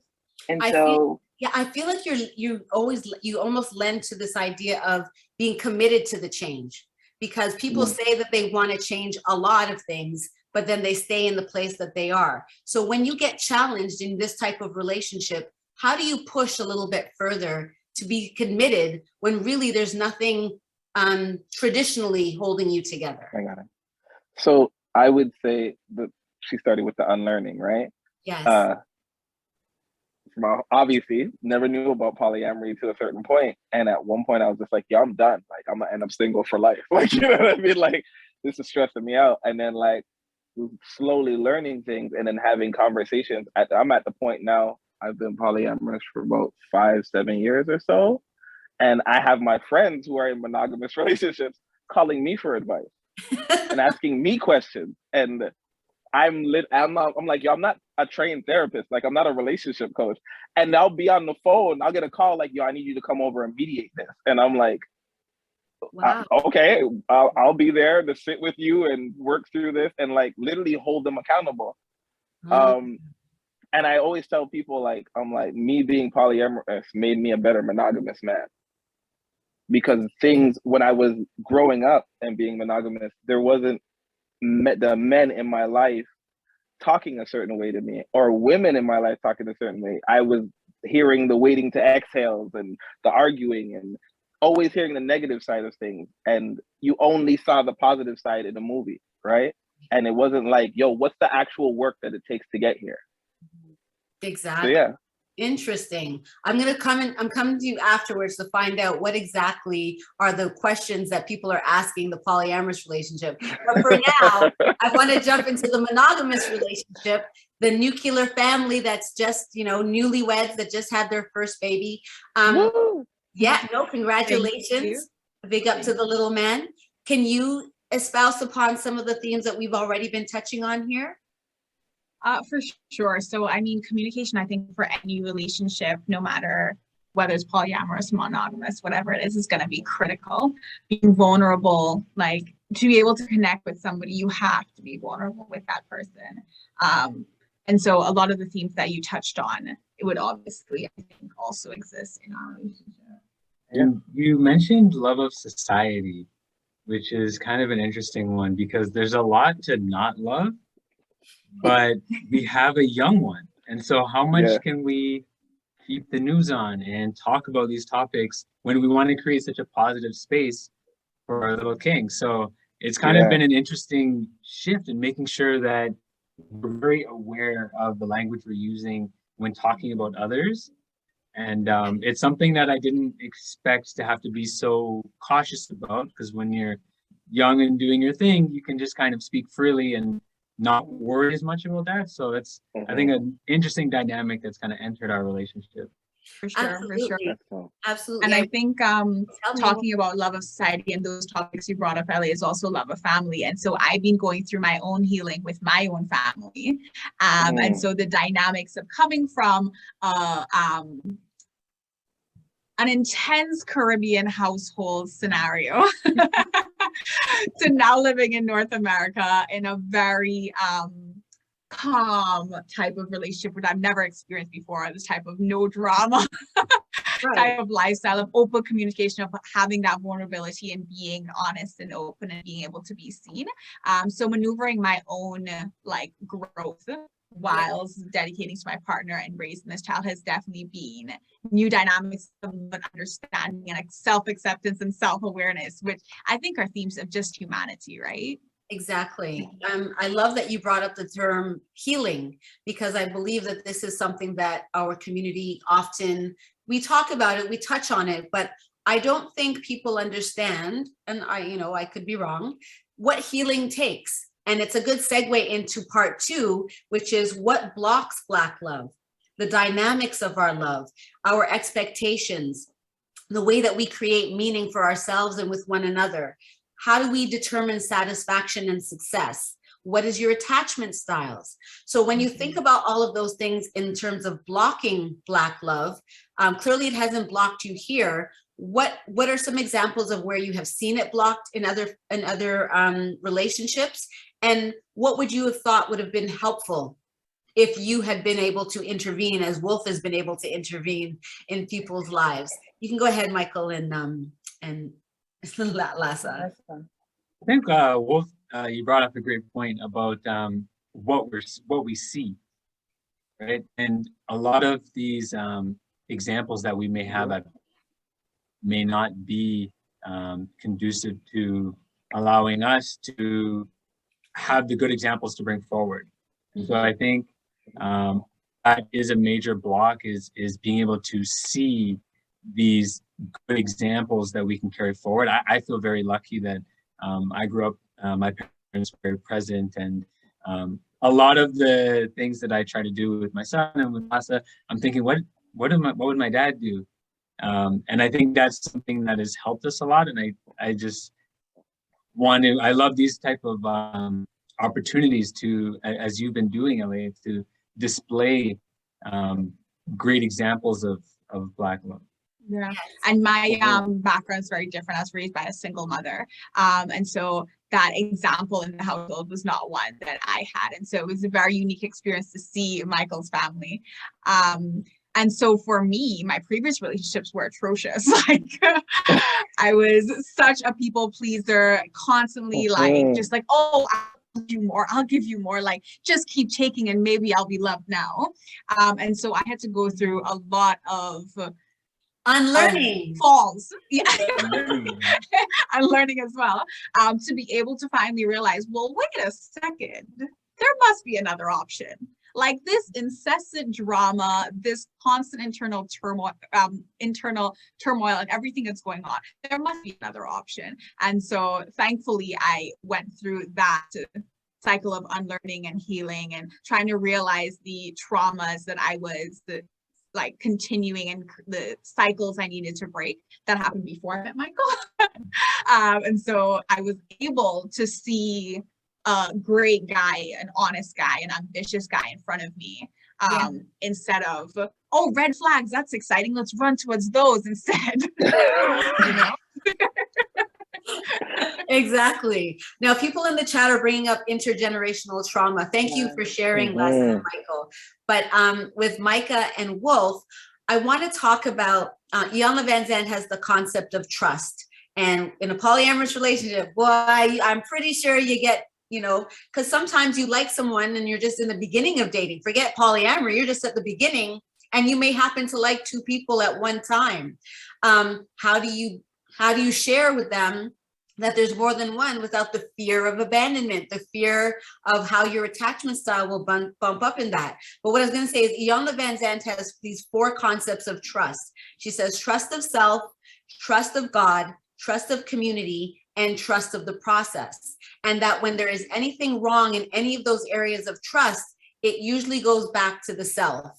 This is where the centerpiece of where our relationships stem from. And when we talk about intergenerational trauma, how has that shown up in your relationship and how did you get to the place of trust together?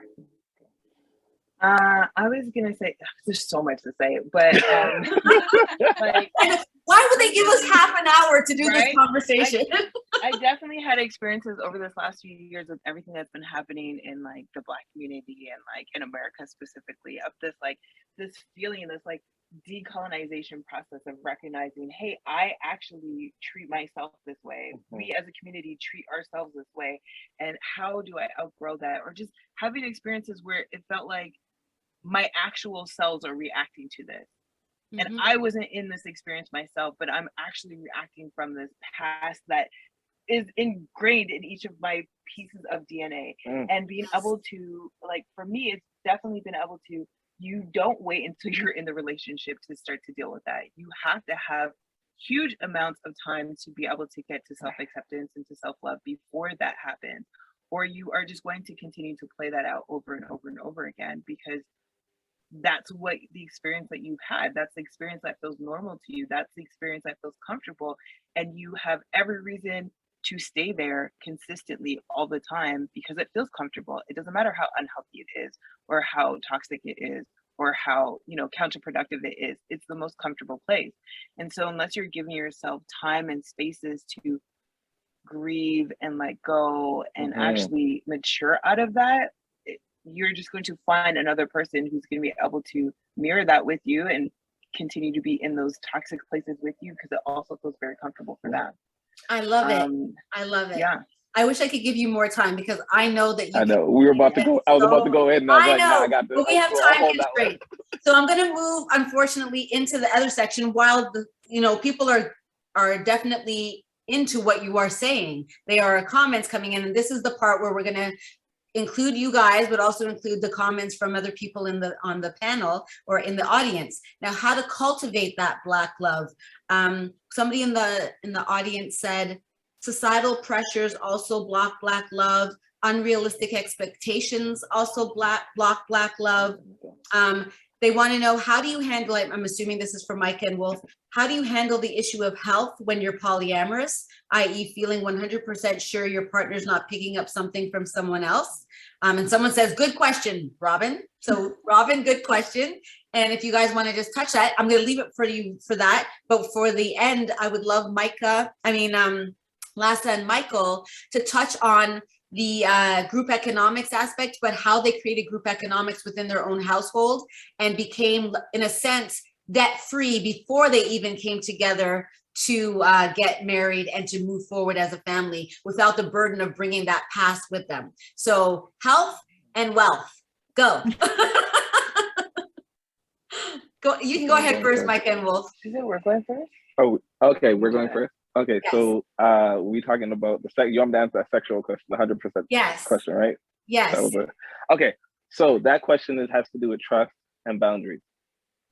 We've already discussed those things. So moving forward, also, I feel you've had problems meeting dudes, but my problem meeting women is the sense of possession.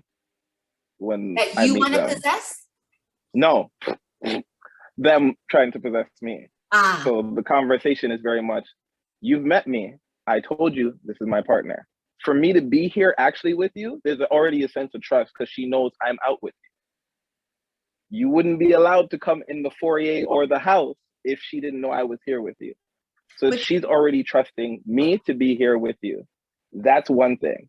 I don't allow anybody to meet my partner until they've shown up for me, because I've already shown up for people in my whole life before this with the people pleasing who didn't even show up for themselves. Wow. So if you can't show up for me, you're not going to be able to show up for my partner who I see a future with.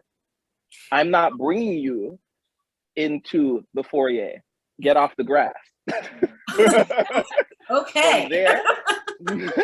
From there, because that's everything you look at. It's a home. You're building a home. You're building a temple. You can't allow people into your house, and when they trek mud all over the place, you're vexed that there's mud everywhere. You allow them in. You have to hold yourself accountable for that.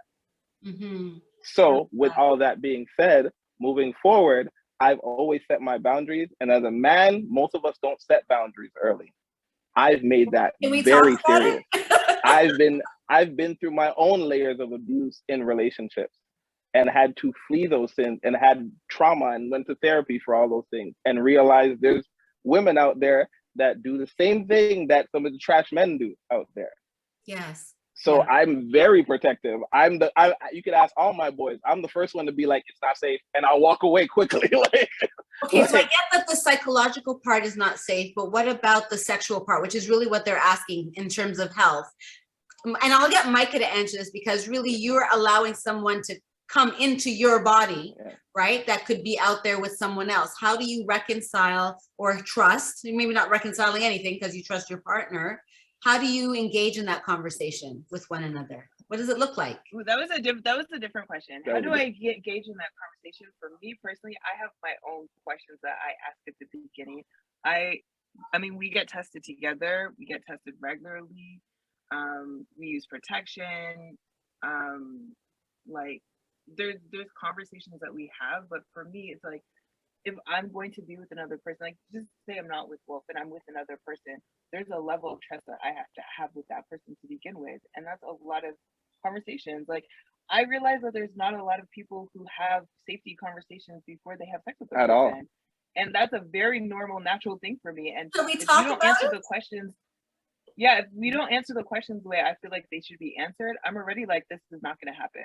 Perfect. Even with protection, Perfect I'm already example. like, you don't know when you got tested last? Yeah, problem.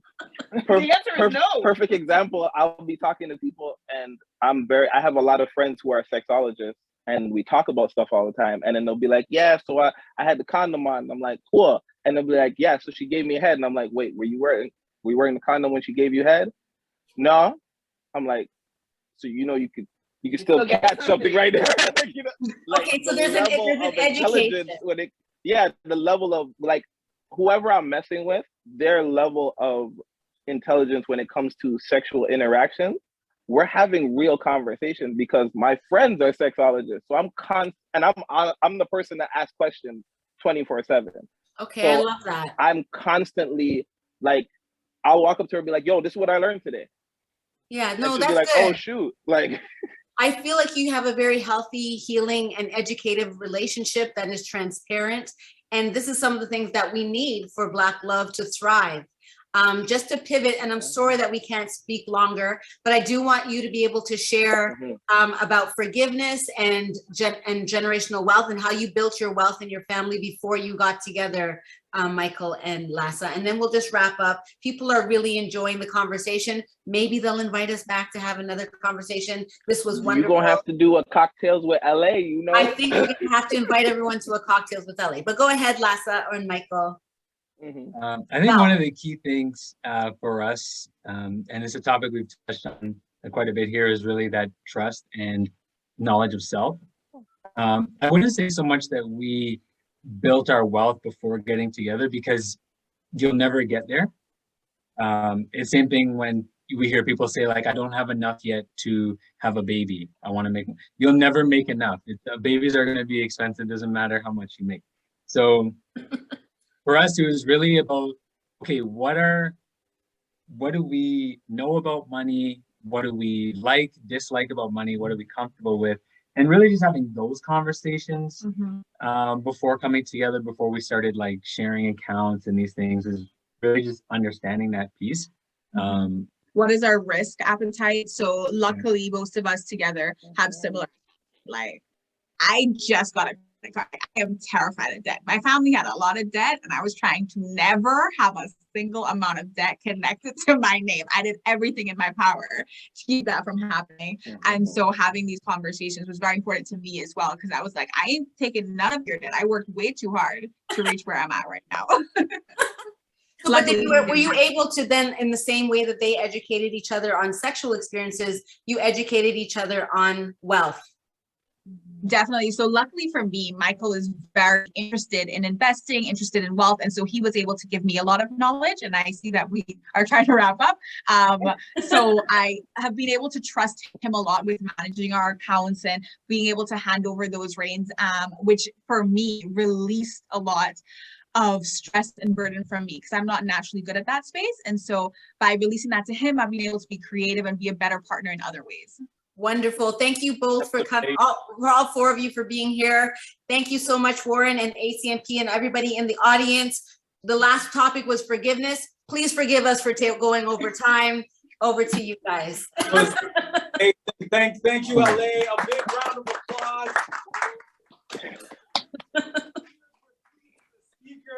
And these are some conversations that, you know, are better than keeping up with the Kardashians or whatever else is on reality.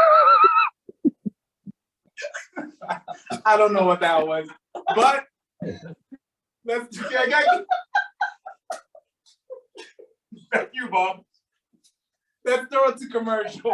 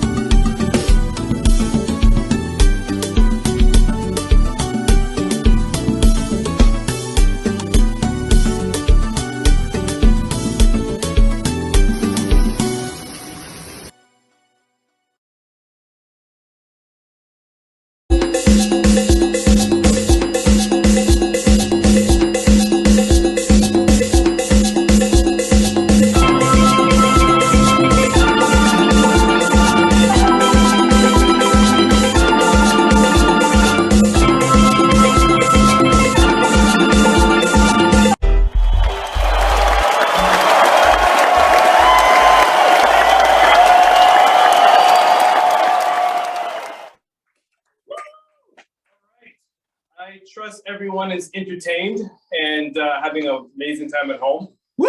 And, I trust the conversations are, you know, creating different ways of thinking when it comes to loving ourselves and loving our Black community members or our partners, whichever. Well, our next guest, or our last keynote address, is the Honorable High Commissioner of Barbados.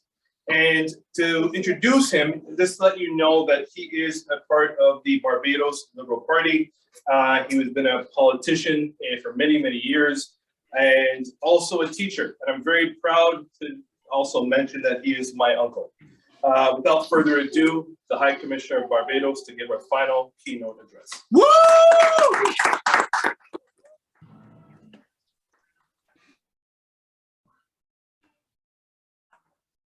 Good night to everyone. I'm indeed happy to be here. I enjoyed the conversation so far. I want to thank Warren for inviting me. But I want to say from the outset that I enjoyed the conversation that was done by the other panelists. I enjoyed the last one with the couples, and I think this forum is going to get far in this type of arrangement. I want to say from the outset that Black History Month is important for a number of reasons. First of all, we have to educate our Black people, our people and people in the world what Black civilization is all about. We have a unique culture, and of course, our culture is so unique that the other races usually feel offended when we say so.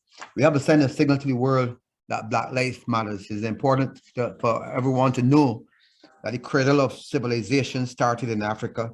And of course, we were able to develop the mathematic system in Africa, out of Africa. The first freestanding village, we have the pyramids and also the wonders of the world. And of course, our civilization dates back well before Christ, over 1,000, I think over 50,000 years, over 50,000 years ago when man was developed a long time ago. And of course, our civilization was the first to pray, to bury its dead, and so on. We have a great culture. Over the past 400 years, however, we have had a number of problems. We went through severe hardships in shaping our environment. Then, of course, through our generosity and welcoming nature, we became chattel and property to imperialist capitalist society. But through resilience and determination and a strong faith in our immortal, invisible being, we have come this far. As Walter Rodney said in his book, How Europe Underdeveloped Africa, all Black people have a special connection and form a special cultural identity. For example, in music, food, dress, and our body structure. Men born of African descent, strong, women, big behinds, and of course, the drum, the music, the food we eat is very important. And of course, the food we were forced to eat while we were in slavery, the ends of meat, and therefore all Black people developed the whole taste for sauce and pickle and also hot pot. But tonight, I want to say that many of our brave men and women have inspired us over the years and have fought to the end. Some like Marcus Garvey, Gerald Busser, Toussaint Overthrow, Nanny Gray, and of course, Martin Luther King. We honor them all, and the thousands, even millions, who have sacrificed their life. We owe them a great gratitude. To them, we say thanks.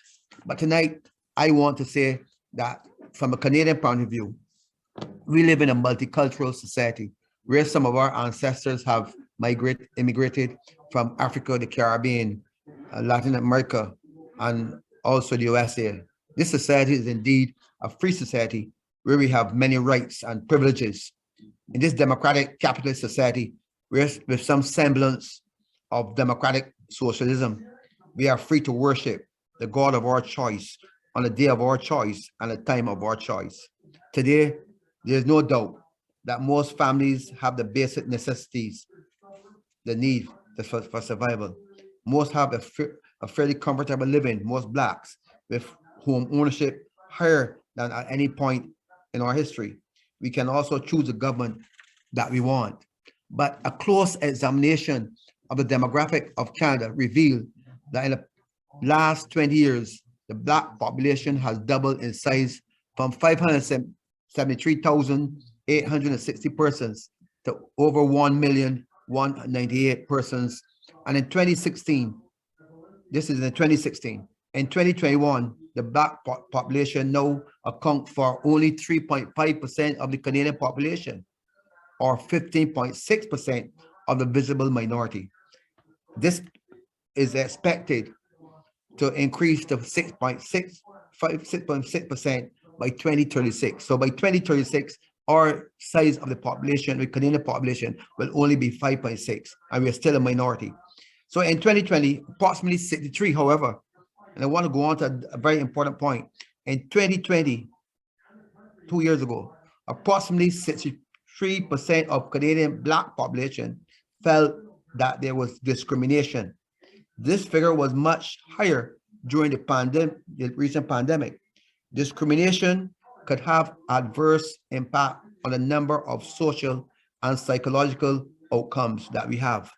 But approximately 62% of the Black population who did not report discrimination rated their life satisfaction as 8 or above 8 on a scale of a point of 10 scale as being satisfactory. That 42% of Canadian Blacks who experienced discrimination felt proud of being Canadians and said that treatment of all groups in society seemed to be fair. But many Blacks have achieved so much, despite the fact that Blacks' ownership of homes and wealth is the lowest in the Canadian society. However, we have achieved much in sports. So you have the Andre DeGrasse, you have Usain Bolt, you have Donovan Bailey. In literature, you have Austin Tom Clarke. In politics, you have Barack Obama and Sally Coons. In science, you have our Barbadian Juliette Daniel, professor at McMaster, who developed the Chi-So gene. And of course, you have Dr. Martin Luther King and Dr. Myrna Lashley at McGill University. So our Black people have continued to do well, and we expect them to do well. In the music, we have Rihanna and the rapper Drake. So that we have a great culture despite our size. But we need to salute all unknown heroes tonight. Those Black heroes who are doing great jobs on the Canadian market, indeed in North America. We want to salute all those persons, all Black persons who have gone on to be graduates in all types of, in the field of psychology, in medicine, in the field of art and culture, and those professors, Black professors at university who are doing so well. And I want to salute all those unknown heroes all across Canada who have been doing a great job. And I want to thank tonight those the framers of the George Floyd Black Lives Matter. I think Black Lives Matters, and we have to continue to salute those persons who walk the walk and talk the talk, that Black Lives Matters, and we must understand that we need to do and be our brother's keeper. If there's one thing that we must learn in this society, that despite there may be racism, we want to show love. I think the compassion that Jesus and the other religion have taught us, one love, we want to teach our people that they must work together and live together and be there for persons. I want to say finally, that I believe that our Black people in particular need to participate not only in college life, not only in their life, but they need to have family life. We need to see more programs like the panel discussion we have today, where Blacks will understand that family matters. If you look at how the family structure in Africa was, when we first started, families matter, and it was the family, the close, the extended family as well, that matters. Family life was the basis of all Canadian, of African society, and we need to get back to where we started, where we show love, where we understand that Black lives matter not only for the whites, but for everybody, that we must be our brothers' keepers. We must show this love and live the love that we will want for ourselves as we move forward. Thank you.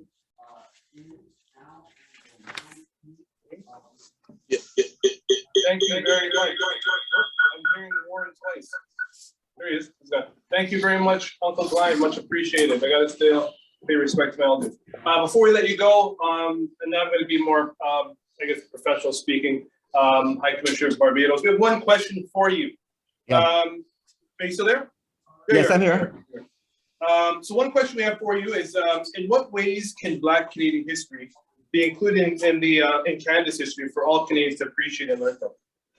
Well, that's a good question. You know, I think I was listening to the panelists before, and I noticed that I think it was Michelle who said that there's a lot of work being done right now on in the schools, a lot of work being done in the society. But I believe that we can, our Black people need to write more. I think they need to, the whole question of communication came up. I think we are not communicating enough. There are people who are writing, but we do not hear anything about it. So that persons need to get get whatever they produce onto the website. They need to get it into the libraries, universities. I think we need to encourage the curriculum reform in the schools, in the school boards. I think we have to also put pressure on our political class to ensure that it is taught in the schools and in the universities across Canada. There must be also, I think we must have a situation where we have more programs. For example, we only have Black History Month once a year, but I think we need to do more programs as well as in terms of culture throughout the year. For example, I know that we have a CARICOM culture there. We have, I think that's in March. No, this is May, June. But we need to see more programs of this nature, Warren, in order to promote and to help to encourage persons to understand where we came from and the history of Blacks in Canada and North America. Thank you very much. Much appreciated. Round of applause from the High Commissioner Barbados. Woo!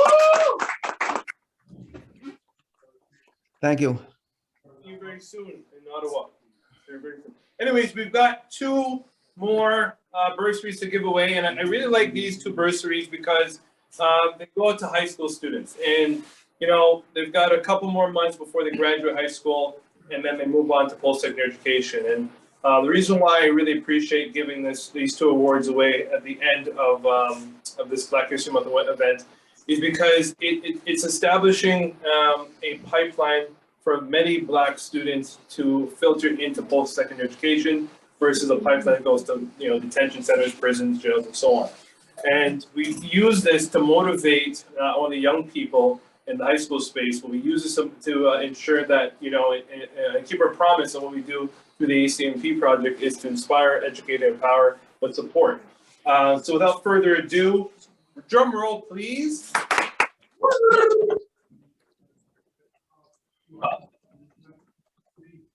School in Ottawa, Zuieke Adesoje.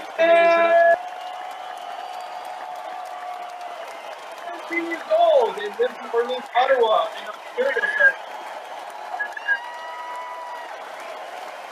She is part of the Catholic School Board in Ottawa. So, and hold on one second. What do you study? And she's part of the BSA high school. Zuieke plans to study biology. Smarty pants, eh? Look at you go. Yeah. All right. So all the best, and you've got some money coming your way for your academic future. And the last person, drum roll, please. Drum roll, please. Ariel, I don't want to pronounce your name because I'm going to butcher it. I'm sorry. Ariel!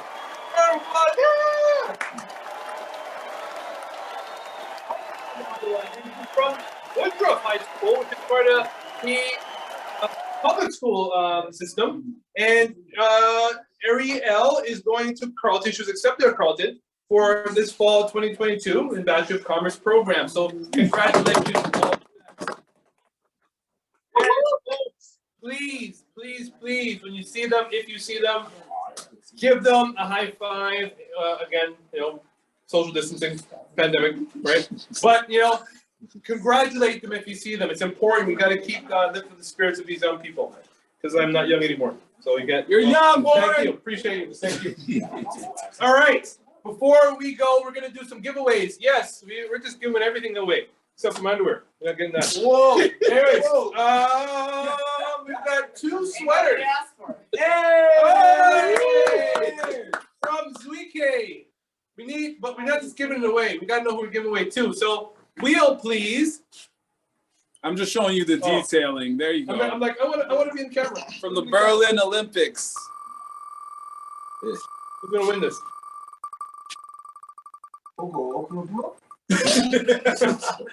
Is it going? Is it going? Is it going? Who's that? Who's that? Are you there? Are you there? Drop a beat in the chat. Jocelyn. Are you there, Jocelyn? Hello? Hello? One more time. Let's go again. Okay, let's go again. We've got people singing for Jocelyn, but Jocelyn's not there. Yep. Next. Next up. I like that. I like that one. I like it. Yeah, I thought we were doing two tracks. Yeah. This will be. Who's that? Who's that? What's the name? Dunia. Dunia. Are you in the building? No? Dunia, going once, twice. See what happens when you register. You don't show up. You don't get it. Gone. That's not cool. That's sad. All right, spin it again. One more Look at this. time. Oh wait, I heard somebody. Oh, here you go. You see the detailing? No, it's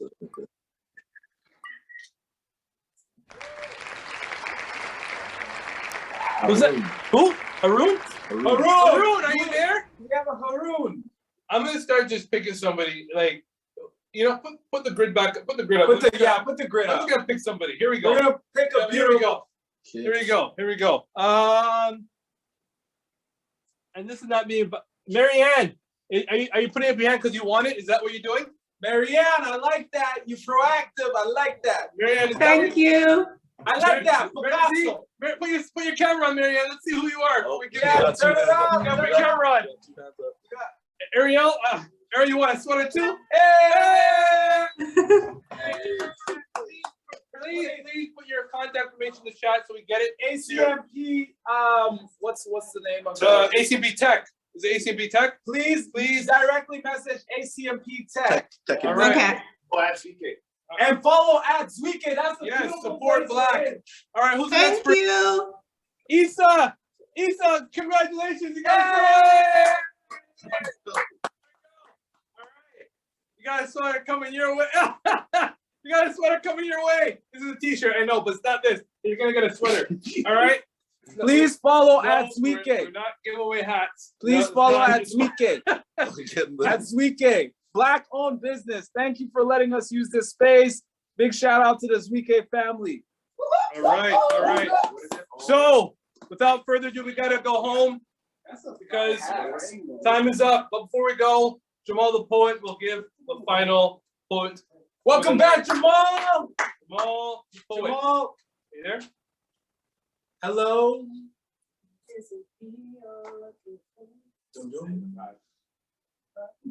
Warren, you gonna drop a poem? I'm not. Oh wait, we got a quote from what's your name? From your Enola? Yeah. Enola. Can you play the Enola poetry?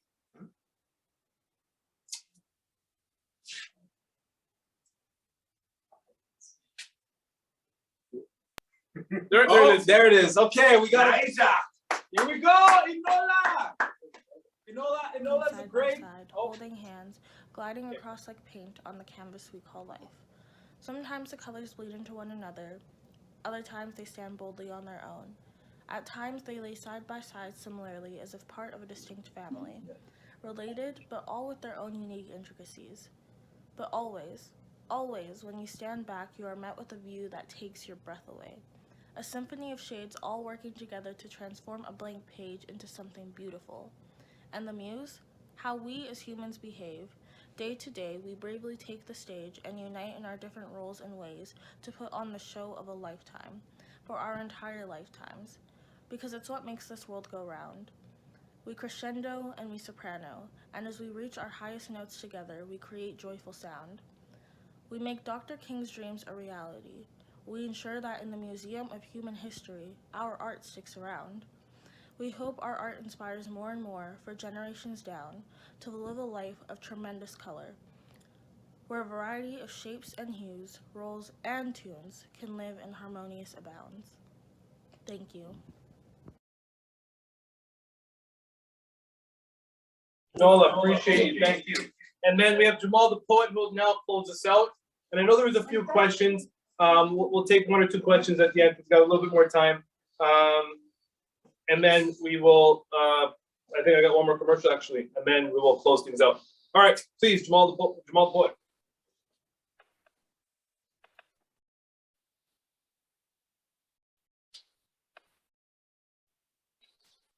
All right, greetings, good people. Greetings, good people. So I took down the veil. I figured, let you into my world since I've been led into so many people's world of fascination, imagination, and creativity. I'm gonna finish off. I'm gonna deliver a poem. It's an oldie but a goodie, but I think it's a great reminder, especially for us as Black folks. You know, we hear the term that we're very welcoming people, and sometimes that could be used against us. But it's never, a bad thing to be generous and kind. However, we need to recognize when we are being underappreciated. And so there was a time when I wrote this poem. I wrote this poem because I recognized that my gifts to the world, what I was born with, what I've come to share and deliver, it was being underappreciated, and it was up to me to voice that. It wasn't up to anybody else. So this poem is called Simply No Massa. And it goes like this. No, Massa. I will not perform for you for free, Massa. Especially in the month of Black Legacy, Massa. And I don't care if it's for the Canada Revenue Agency, Massa. Or how many doors can open up for me, Massa. And you think it's funny sending a brother to try and convince me, Massa? Like I'll give in easy if the hand that feeds shares my ethnicity, Massa? See, you can take away my freedom, but you can't take away my dignity, Massa. And I refuse to let you be my Bobby and I be your Whitney, Massa. See, I'm trying to make moves and not movies, Massa. Because I was raised by a Black Panther daddy, Massa. But you out here acting like Johnny come lately, Massa. So please don't tempt me to use my hands and feet, Massa. Because I can float like a butterfly and sting like a bee, Massa. See, I will sit and listen to your offer politely, Massa.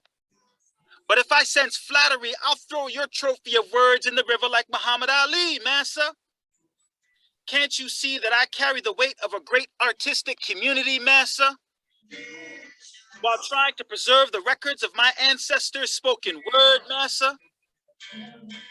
Excuse me, I'm not trying to undermine your authority, Massa. So why are you out here trying to undermine my salary, Massa? When my salary funnels right back to the mouth of your family, Massa. I'm a hard-working man. I got 6 kids to feed, Massa. So if I even hear shackles, I will up and flee, Massa. See, ridding you of your disease is not my responsibility, Massa. And so there's really no way to say this delicately, Massa. Take note, my loyalty has quick expiry, Massa. And my freedom of speech won't be silenced indefinitely, Massa. No, I will not perform my poetry for free, Massa. Especially in the month of Black History, Massa. See, I'm sorry to break your hopes and dreams, Massa. Cause I ain't no jungle bunny field digger mentality, Massa. Those days have long been dead to me, Massa. Taught to me through the words that Malcolm X said to me, Massa. To declare my liberty by any means necessary, Massa. You see, this artist will no longer be a slave to free publicity, Massa. Because you know the one thing the environment of Canada has taught me, Massa? That too much exposure will burn the black right off of me, Massa.